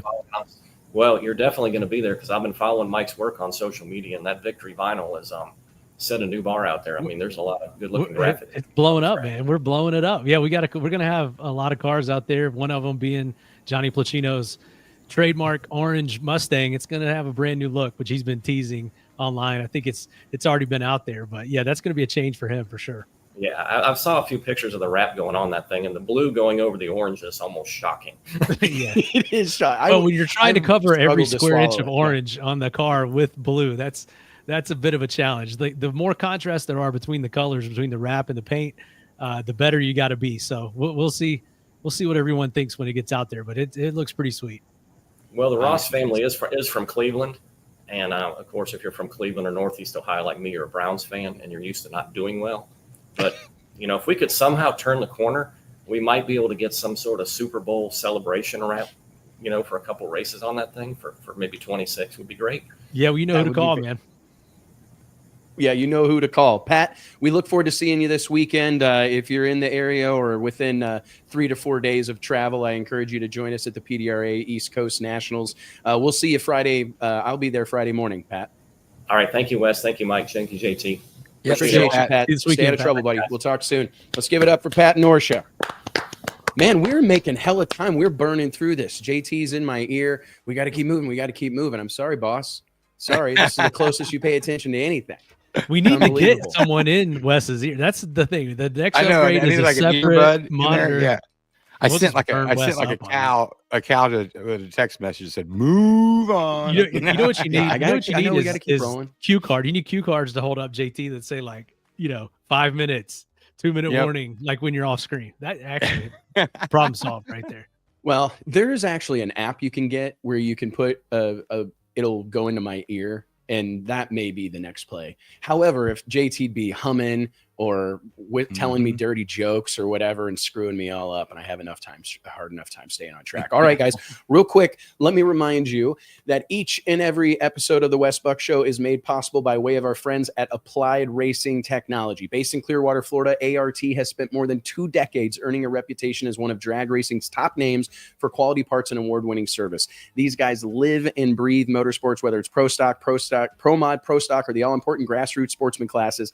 ART is also committed to giving back. They sponsor some of the biggest races in the country, work with world championship contenders. So if you're on the hunt for top-tier components and expect expert guidance for your race program, you've got to check out Applied Race Technology. Log on to appliedracetechnology.com today and make sure you show them some love for supporting the Wes Buck Show. Guys, we've got fresh off a enormous win at the NHRA Winter Nationals. I talked to Clay for like an hour on the phone at midnight the other night. We were ranting and raving about this, that, and the other. And I thought, man, if we could get him on the show too, I may have burned up all the Clay Millican time I'm going to get. I may have ran out the other night on the phone. There's no end. But there's no end. There's no end to what this guy can do. Let's give it up for the one and only Clay Millican. Am I the only one clapping? I don't like to be the only one clapping. Okay. And who's that? He's got a sidekick over here. Yep. Oh my God. I heard you were going to Lutz's shop. So, ladies and gentlemen, let's also give it up for one of the faces, superstar talents of Street Outlaws, No Prep Kings, Drag and Drive legend, Jeff Lutz. Another clapping, more clapping. Mike, JT, more clapping. Okay. Let's get an air horn or something. Yeah. What's going on? Drinking guys? a beer? Are you drinking a beer? I'll tell you what. Oh, okay. Yeah, JT was getting excited. He thought Jeff was drinking a beer. I was like, well, shit, I can't let him drink alone. Like, I'll go get one. Don't worry. Well, hey, Clay, I hardly know where to start. And Jeff, I want to weave you into this conversation as well. But you won the Winter Nationals. We were talking the other night, and it's like it wasn't that long ago that it was Father's Day in Bristol, Tennessee, and you're winning your first NHRA Top Fuel race. And as you joked, you said, hey, it's not 8 wins, it's 59. I've won Top Fuel races 59 times. And there's a whole lot of truth to that, and I want to talk about it. But what a incredible thing that is unfolding before our eyes. The partnership with Rick Ware Racing, new sponsors abound. It just seems like now's a great time to be Clay Millican. I am not complaining at all. I can tell you that. It has just been amazing. I mean, what happened on Sunday was just one of those days. Like me and Jeff were talking about it. When you get behind the wheel, you just don't know if it's going to be your day or not. But Sunday was definitely my day. The team gave me a car that did everything that we needed it to do. And that is a big one. I mean, I look at the Winter Nationals, it's like in golf terms, that's winning a major. That's what that is, So we've now got 2 majors, and the way I see it, there's one more to get. But there's a lot of races between now and the end of the year that will get you that big championship at the end of the season. But actually, now that I think about it, there's 2 championships this year. So regular season and the season end championship, and there's money tied to all of that. What do you make of that? Do you feel like that's a step in the right direction? I personally do. I felt like we had somewhat as a sport kind of done something of a disservice to the regular season because it, and honestly, we didn't help it as a community because it was constantly referred to as like, well, we're testing, we're doing some other things or what have you, getting ready for the countdown. But I think making that regular season championship means something is a big step in the right direction. Do you like this? Oh, I do, actually. I mean, I think the team that has put themselves at the points lead, after Indy deserves something because they didn't just get there by accident. I mean, they worked their tail off and they won rounds, and it does mean something, and a lot of times with this point system, you're right. Everybody's all they're thinking about, we just got to worry about the last 6 races of the year. But really and truly, you're not. You've got to have yourself in a position. I think only one time has anybody come from 10th spot and won the championship, and I'm not the best with stats, but I think Robert Hite did it. And other than that, I mean, if you're not up there, you're in trouble. And so it does add to have a regular season championship because that way you're not going to go in test mode leading into Indy. I like it. And I also like it for the marketability factor. Like, I just love that there's another thing to win and another thing to talk about. I mean, we're in the media business, so I'm looking every day for storylines. What's the story I can tell? What story can I tell today? And I think it's important for our race teams to be able to go to a sponsor and, be able to tout, like, we won the NHRA regular season championship in 2025 or what have you. Those are important things and talking points that drive the sport forward and drive interest and, highlight these guys and celebrate these guys and gals for their achievements. And it's an important part of this. But I think everybody wants to know, what the hell are you guys doing? Well, I'm going to let him talk here in just a second, but I spend a lot of time here. I mean, we're very, very fortunate in the fact that CRC Industries, everybody knows them as the brake clean company. Edelbrock Comp Cams, everybody certainly knows them too. For the last, 3 years? 3 or 4 years. 3 or 4 years, Jeff and I and Jeffrey, he's here. That's Mad Max sitting right there, by the way. Kind of a legendary car sitting right there. 100%. We have built a car for the SEMA show, and I'm going to let you go from there. The hydrogen? No, all of it. All of it. Why are we doing it? Well, we do it for Built to the Future. It gives scholarships to kids that can't afford it. They CRC and Tech Force have teamed up, and it's an amazing cause. So we build these cars every year, and they auction them off. All the proceeds go to scholarships for kids, women as well. And it's just it's something that it lets the kids work with their hands. We need more of that back in the schools, because I know a lot of schools around here got rid of shop class and stuff like that. And we need more kids working with their hands. So we all teamed up with CRC, and it's for a great cause. So we've been doing it 3 or 4 years now, and he practically lives here. I don't need a map anymore from the Pittsburgh airport to this shop, I can tell you that. But, it's really cool. Like I say, CRC, Edelbrock, they're the big two behind this program. And me, him, and Jeffrey, and we bring in like Emily Reeves, and this year we're going to have the What No Way guy will be here, and two guys garage. Look who's calling me. Yeah, imagine that. I know Trent very well. Hold on. Trent, I'm filming my podcast live, and I'm literally talking to Clay Millican and Jeff Lutz right now. What's cracking? You're live. He may be calling to tell me that. Hey, I'll call you as soon as we're finished up. I'll hit you up. But I just showed him. I said, "Well, look who's calling." We were literally talking about Edelbrock right now, and I said, "Okay, he's calling me." You got it, buddy. Talk soon. Well, there you go. I felt like I had to answer that one. You know what I mean? He just heard it, in the ether. That's how big this podcast he heard is. Edelbrock, and then boom. That's how big. People all over the world, all over the world, just heard the word Edelbrock in the ether, and all of a sudden my phone's ringing. But incredible, man. I'm glad to hear. Did you guys see the story that we ran on Drag Illustrated today about Lyle Barnett bringing 50 kids out to Donald Long's race this past weekend at Rockingham Dragway? I thought that was like an awesome story. Like, as soon as I saw him post about it on social media, I'm like, we got to do a story on this because this is a good thing for drag racing. Because to your point, Jeff, we need kids that are excited about working with their hands. I mean, this is the craziest thing that happened to me over the weekend. My son is just turned 17 today. Happy birthday, Max. Happy birthday, Max. He literally told me over the weekend that he doesn't know what he wants to do when he grows up. And And I couldn't believe this. I thought he was going to say a lawyer or become a music teacher or whatever. He goes, I think I want to become an engine builder. Wow. And I thought, what? Wow. You know, but he likes the engineering. Like he's like, and a lot of that has been his experience around drag racing. And he's also fallen in love with Formula One, and he follows all this stuff and all the intricacies of these engine programs. And he's fascinated by it. And I'm going, like, pinch me. Did my kid just tell me he wants to build engines for a career? You know? So I literally told myself, I'll call Charlie Buck right now. He's retiring, and we will buy Buck Racing engines.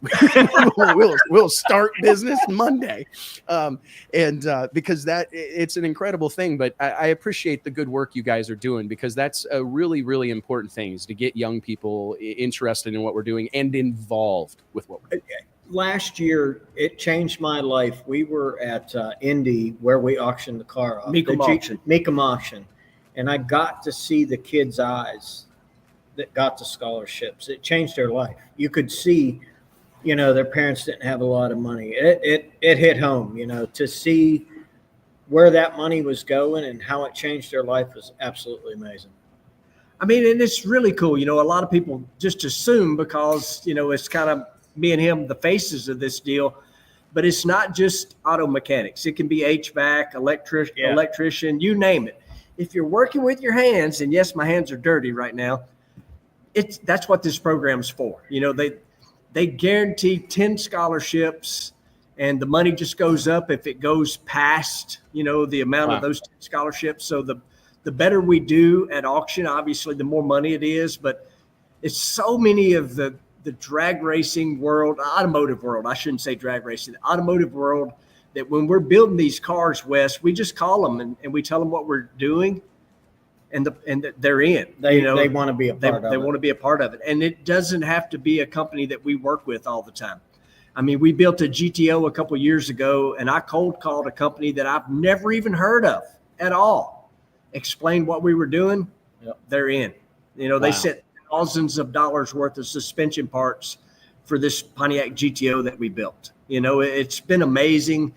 And a lot of fun, you know, being able to do anything for kids is obviously very special. This guy works with his son every day. And to be honest, that's kind of how we got so close was, you know, we built my son's truck. We turned it into what it is today.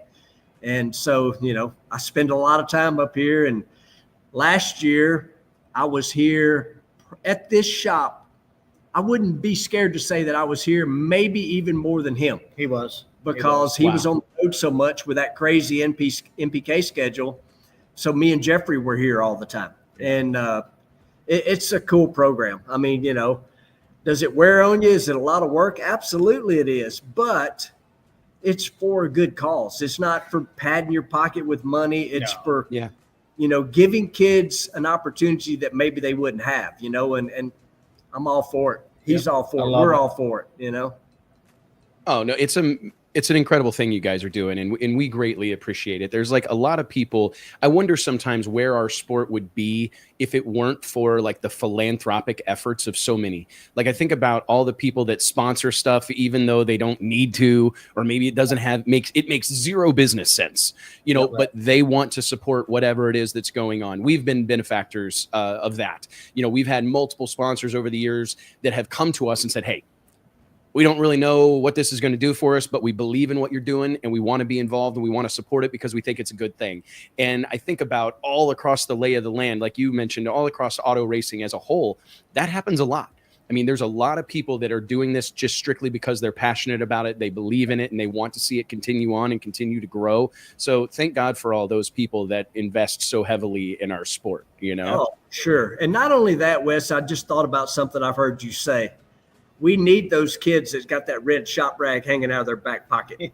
We need those kids. Yep. 100%. And I think, you know, to talk about, you know, some of Jeff's contributions to the sport of drag racing, I really point to Street Outlaws, and namely like the big chiefs of the world and the Murder Novas that made it cool, because those guys are cool.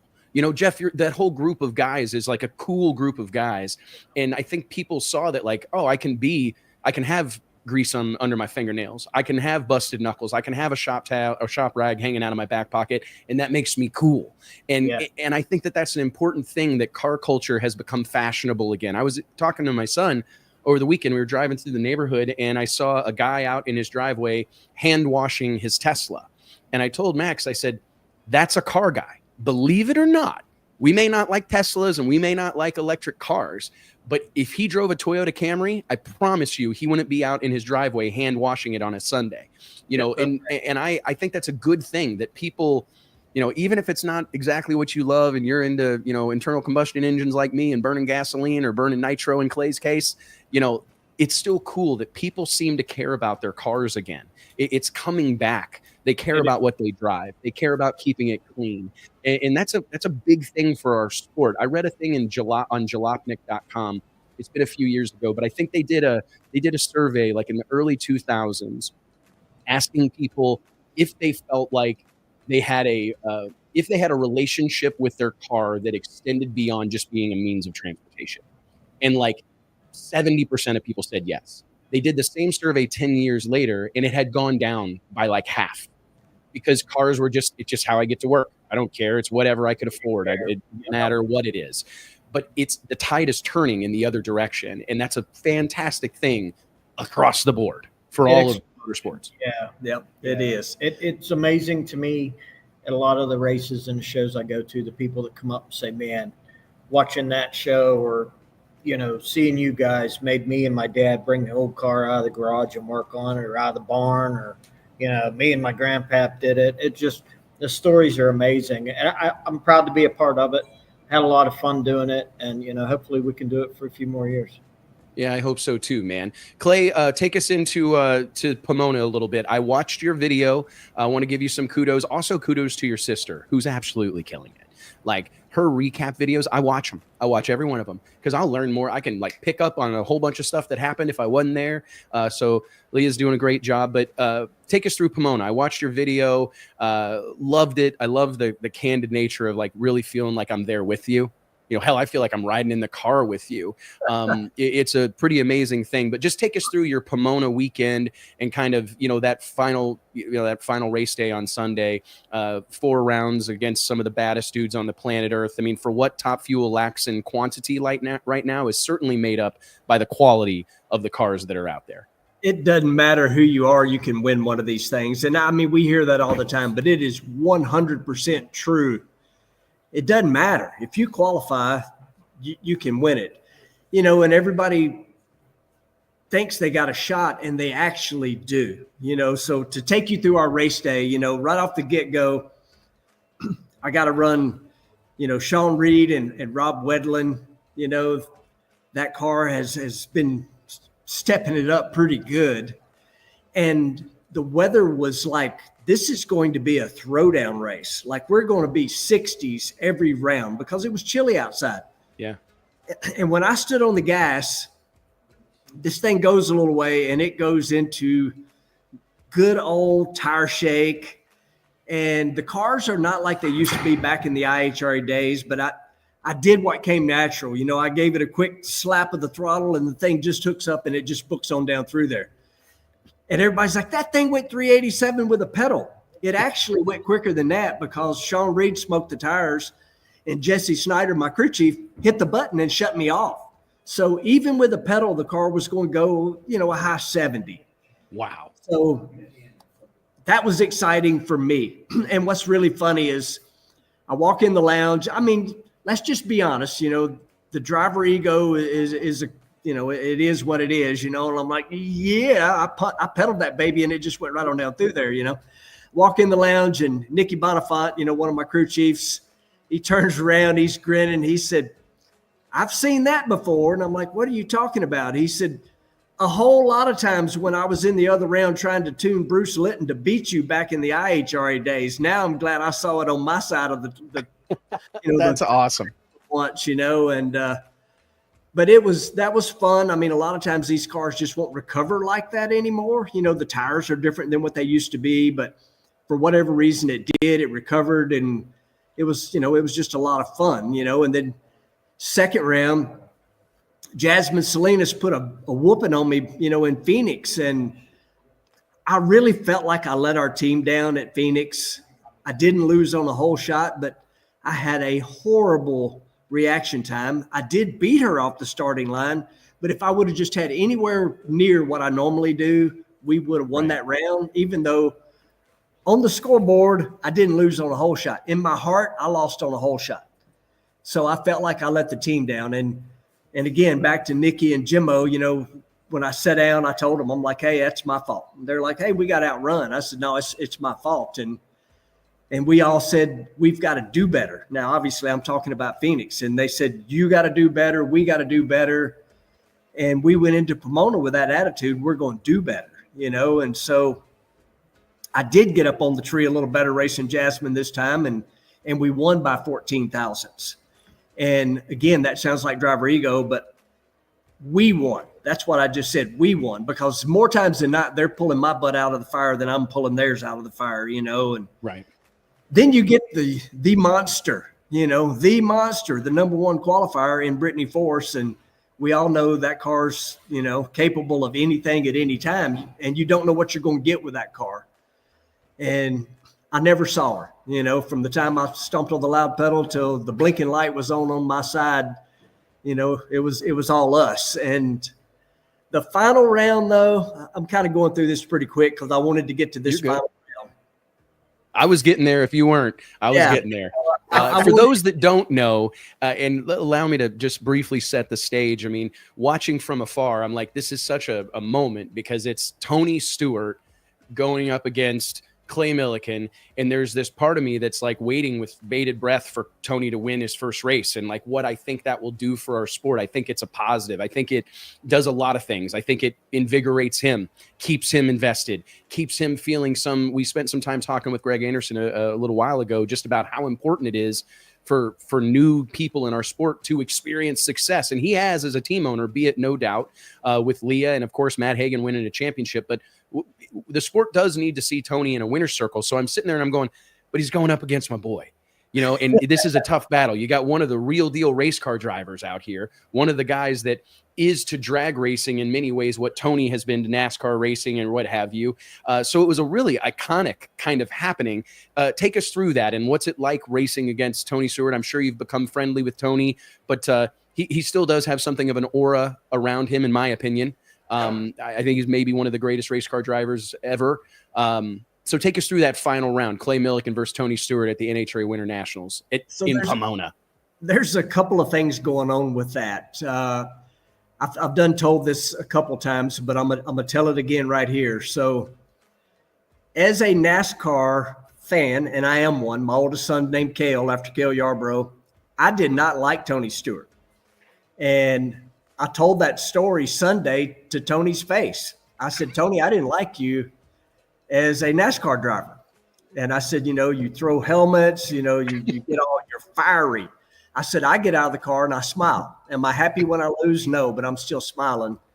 And he 100% changed my attitude towards him the very first time I met him. And that was in the parking lot, in the motorhome lot at Charlotte. Me and Donna were walking the dogs.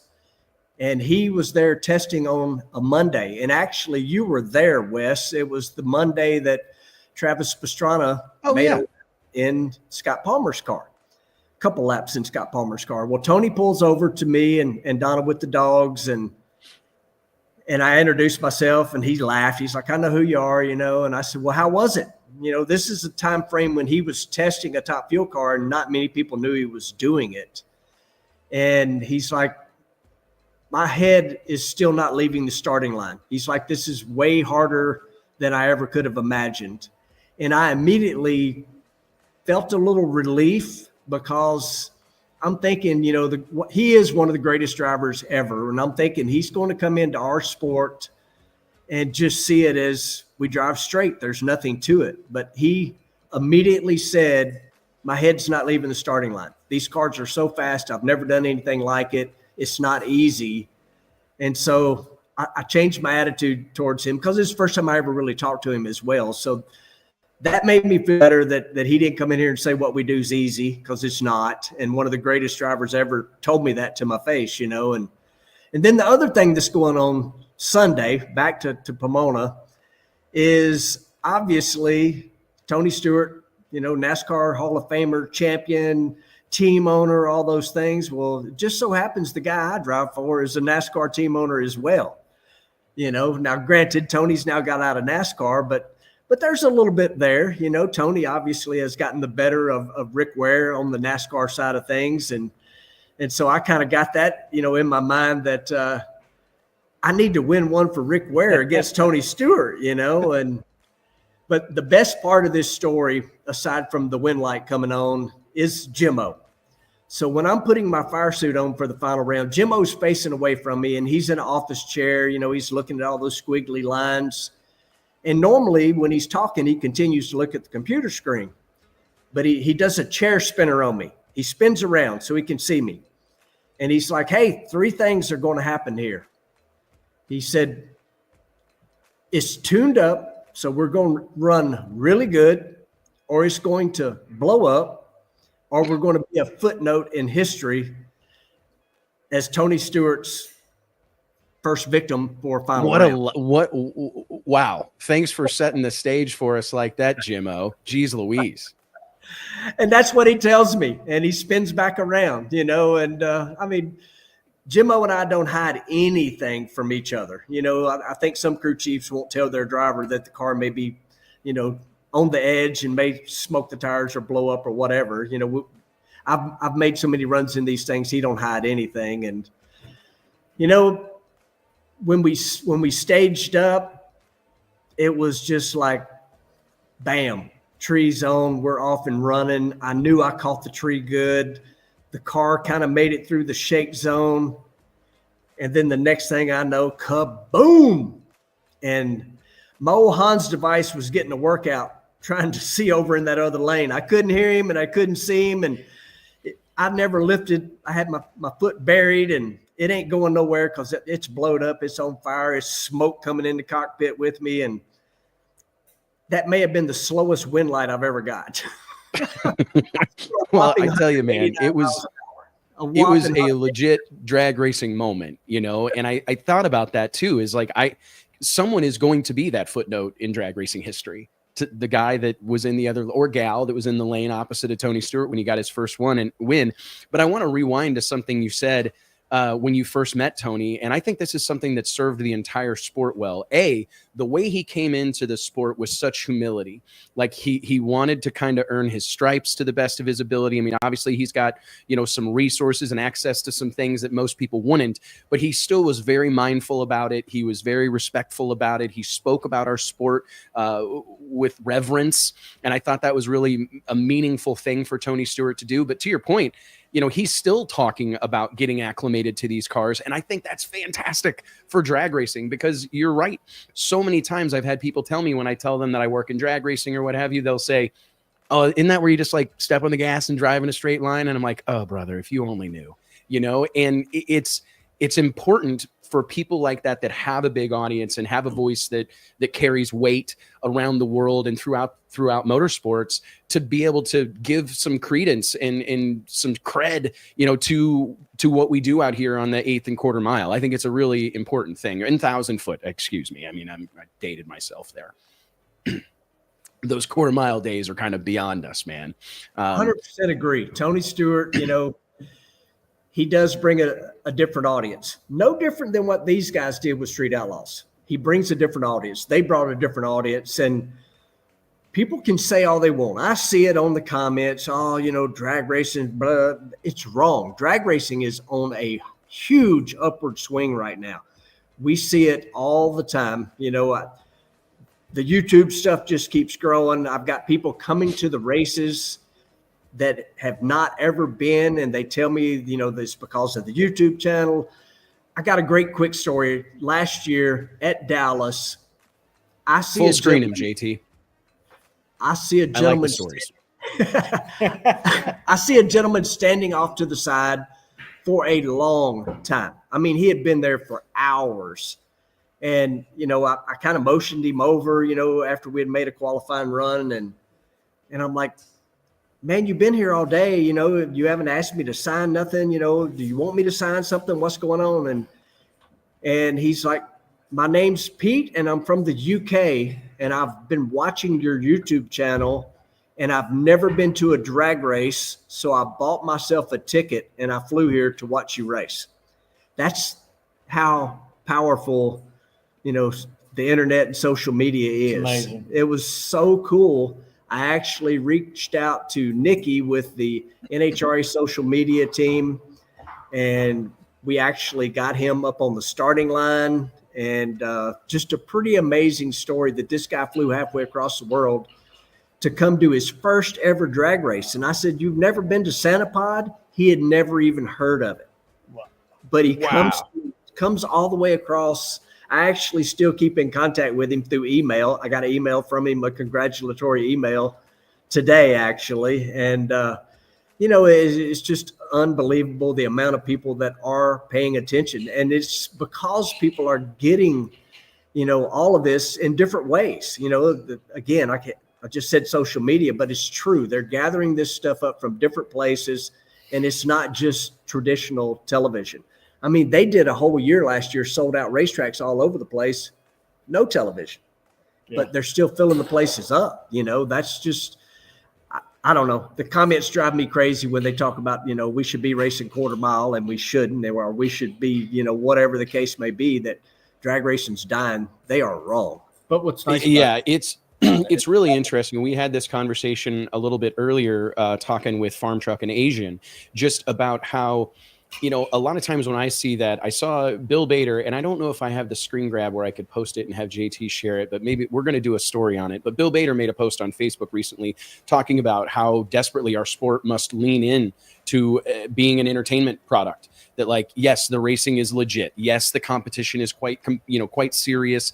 There's obviously a lot of money invested, a lot of money on the line, but we have to embrace our role as entertainers and promoters and lean into that instead of constantly downplaying it. And I think that that's really what is happening right now. Is Pete from the UK fell in love with you. Like, he's not a guy that's, a lot of the fans that are saying those things are guys that grew up taking engines out of cars with their dad or working under a shade tree or whatever. They know what a cherry picker is. I doubt Pete does.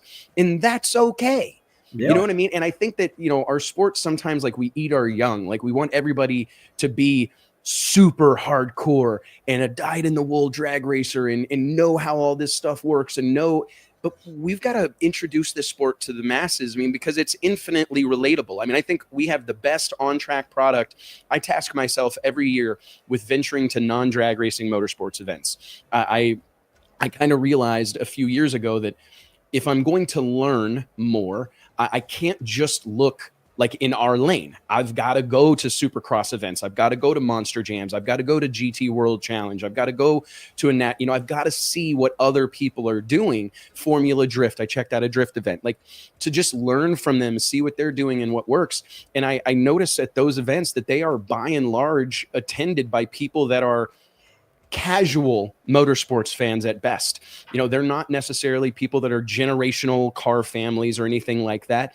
And we need more of that in drag racing. So I think that social media has really unlocked a lot of that and allowed drivers to take matters into their own hands, where, in years past, you were reliant on a Discovery Channel. If you're Jeff Lutz, if you're Clay Millican, you're reliant on Fox or ESPN many years ago. Like, unless they point a camera at you, you don't got anybody to talk to. But the times have changed, and pretty much everybody's got a high definition live streaming camera in their pocket.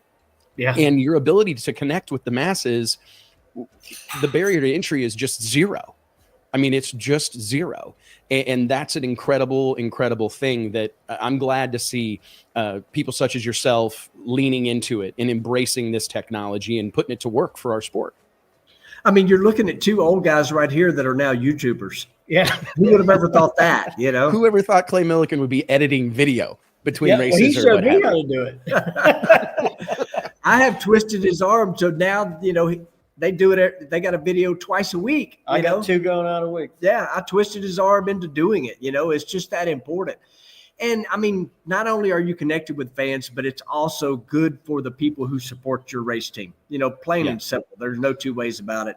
And, when it led into this great program of doing these cars for scholarships, It's all part of the social media YouTube program. You know, it's. But you're right. I mean, through Rick Ware, I've been going to a lot of different events. I mean, I've been going to American Flat Track. You know, it's just, while there's a lot of things that are the same, there is a lot that we can learn from other places. And that's been kind of cool to learn and see some of that and, you know, kind of give it your own little twist when we bring it back into the drag racing world. Agreed, man. So closing notes, I just want to touch on one thing, Arby's. I have been on a straight Arby's diet ever since the sponsorship was announced. As soon as word broke that Clay Millican was going to be racing in an Arby's car, I said, guys, you know, to my wife and kids, like, sorry, guys, but it's pretty much French dips and medium-sized roast beefs from here on out, curly fries. We've been on one for years. I mean, we've been on this kick for decades. So it feels like it's kind of paying off. And put pins into everyone that we went to. Like JT and I did a trip to San Antonio. I bought this streetcar, a Corvette.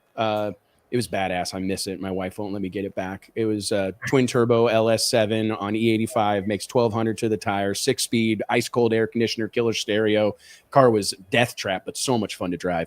But I found it in San Antonio, and JT and I drove down, left in the middle of the night, classic car guy deal. Like, I don't want there to be a bunch of cars on the road, so let's leave at 10. Drive all night. Where we drove straight through to San Antonio from Northeast Missouri, and we stopped at every Arby's. Like, every time we ate, we stopped at an Arby's all the way there and all the way home. We did it as like a challenge to ourselves, because I've been an Arby's guy since way back. So this may be, I may actually have footed the bill for this sponsorship. Perfect. Possible. Perfect. It's so possible.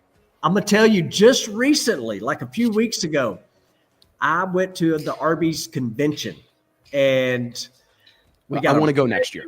Like, if that's possible, I really want to go to the Arby's convention. Tell me more. We will make that happen. We will. Okay. We will. JT and I are going. See West Buck live at the Arby's convention. West Buck live at Arby's. I love it. I'm going. I mean, I'm dead serious. So, brother, they rented the entire complete hotel. We were at I can't remember what it was, a nice hotel. They rented it all, and part of a hotel next door. And they get so wound up and excited. I didn't realize this when I got there, but I'm the first thing out on stage in my fire suit, my brand new, fresh Arby's fire suit. And our guy, I don't want to say his name because people will be blowing him up. His name is John. So John tells me, you can't let anybody see you. It starts at 5 o'clock. You need to be backstage at 3:30. And he said, you wait. About 4:15, you're going to start hearing people. They make their own noise makers. They had to make them quit bringing the air horns. This group is so fun. Dude, they played a video that obviously was Indy, showing us winning Indy, and I was pumped. I went out on stage screaming like a wild man, and it was absolutely awesome. I got goosebumps. You got me fired up. I was fired up. I'm telling you, absolute fired up. Like I had done drink 14 Mountain Dews and I had. But these people are into it. I mean, they are totally into it. You know, they're going to be on our car 3 times this year. They're on the Rick Ware Racing NASCAR 12 times this year. And it's a growing thing, but it's so cool to bring somebody into our world of drag racing. In my case, the Rick Ware world, you know, that's just awesome because it's completely recognizable and it's not automotive. You know, it was such a big deal. And the way that all played out, winning that was just unbelievable. No, it's such a big deal because we actually are in talks with a really big sponsor for some of our Winter Series stuff that we're working on. And, you know, I've told my team internally, like, how valuable it is to us as a brand to partner with big time Fortune 500 companies. Like, to have, there's a guilty by association thing that happens. And I can't help but feel if there's an Arby's car, there may be a McDonald's car again.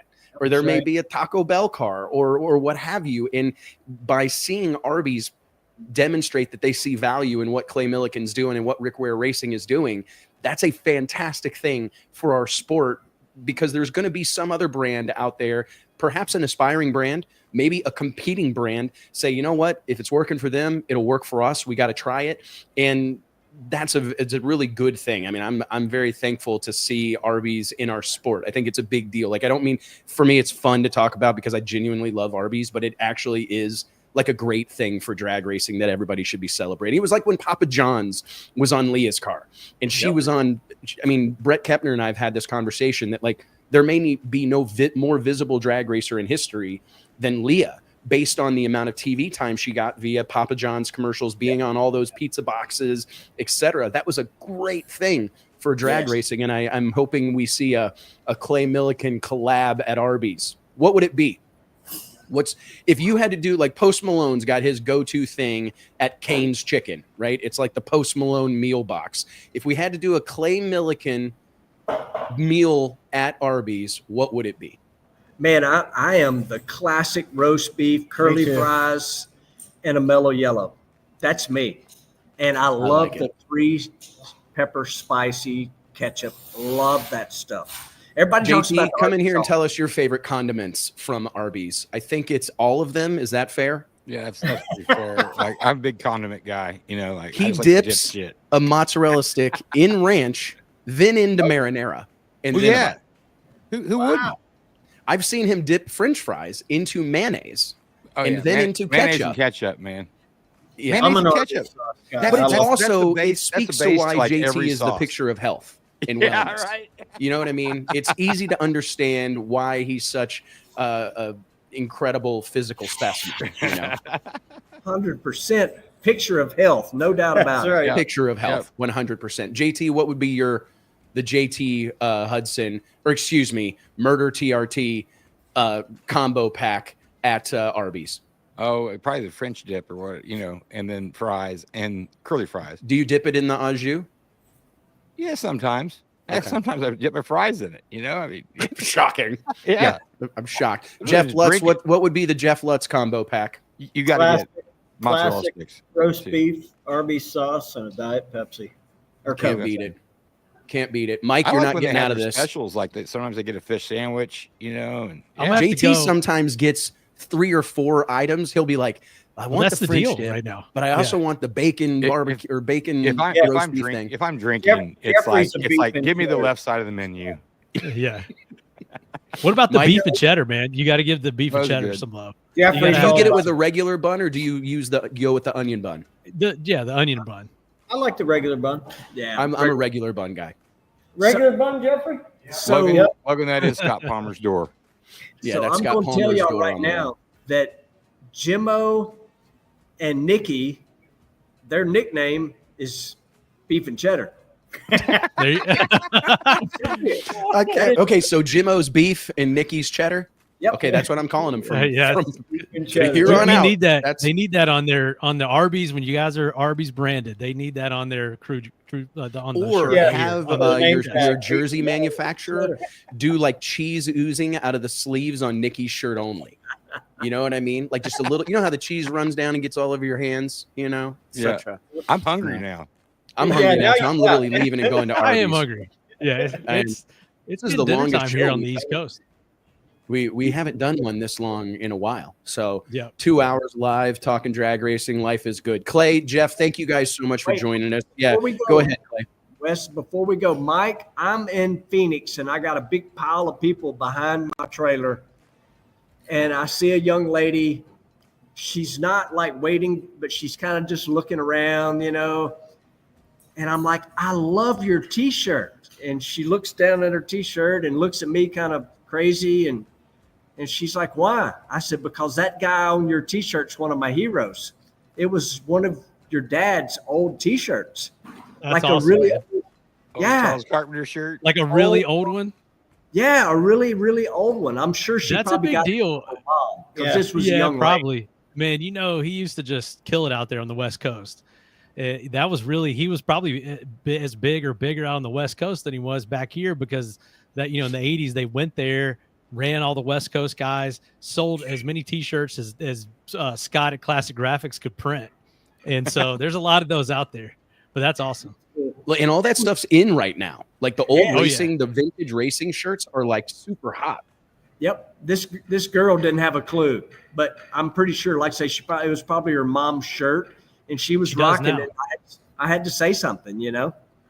The godfather of Pro Mod. He's the reason we're all here today. Hey, Charles you were Carpenter. talking Clay. You were talking Clay earlier about Bruce Litton, and that was back in those IHRA days. I used to feel bad for Bruce Litton because it was basically Bruce Litton and Clay Millican in every single final round, and we were like, maybe Bruce will get one this time. Nope, Clay wins again. On his way to 6 straight championships. He was like, you're like the Scotty Cannon. That's how we all felt about Scotty Cannon in Pro Mod. You know, you're like, we'd like to see somebody else. Nope, Scotty wins again. You're like the Scotty Cannon in IHRA Top Fuel. Clay, he was quick to correct me. When I told him the other night, I was like, hey, man, congrats on your 8th win. It's 59th, Wes.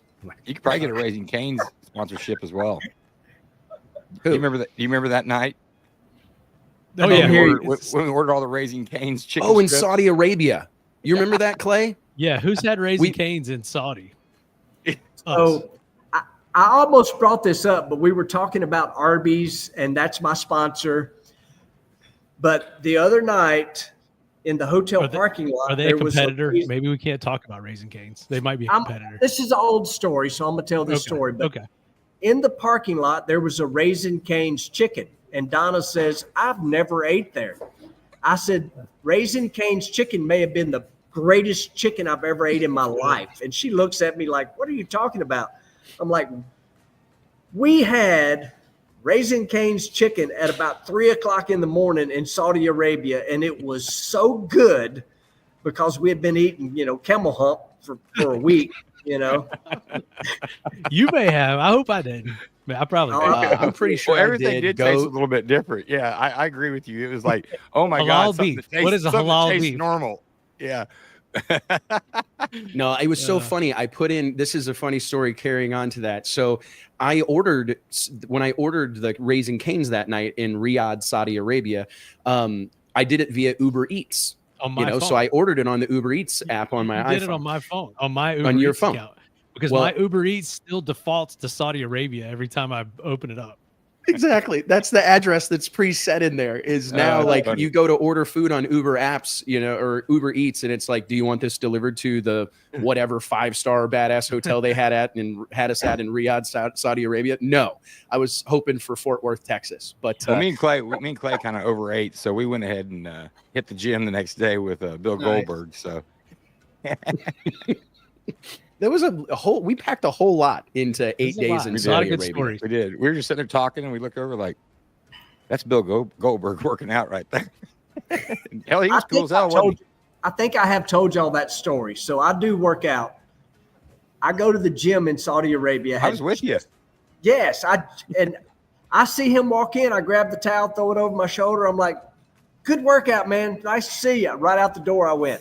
I ain't working out with Goldberg in there, and I'm up 20 pounds, and he's came out and talked to us for a little bit. He was really cool. He took a picture. Yeah.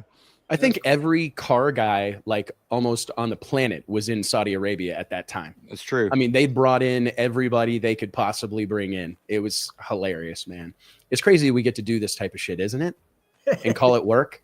Yeah. Yeah, we had on the sleeves and the pants and the jackets and to not show skin, and then we look over when we're checking in and Bill's going to the gym and cut off sleeves and shorts, and I'm like, well shit, I guess I didn't have to buy all that. Well, ain't nobody gonna tell him that he needs to change clothes.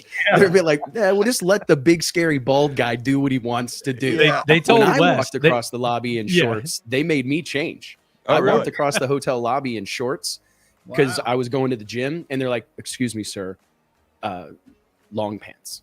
You need to have on long pants. Yeah, they didn't say shit to Bill. Well, shit, you didn't say anything to Goldberg. Were you afraid he was going to spear you or something? Sons of bitches. All right, guys. Well, hey, Clay, Jeff, thank you so much. We appreciate y'all. Let's give it up for the men of the hour, Clay Millican, Jeff Lutz. We appreciate you guys.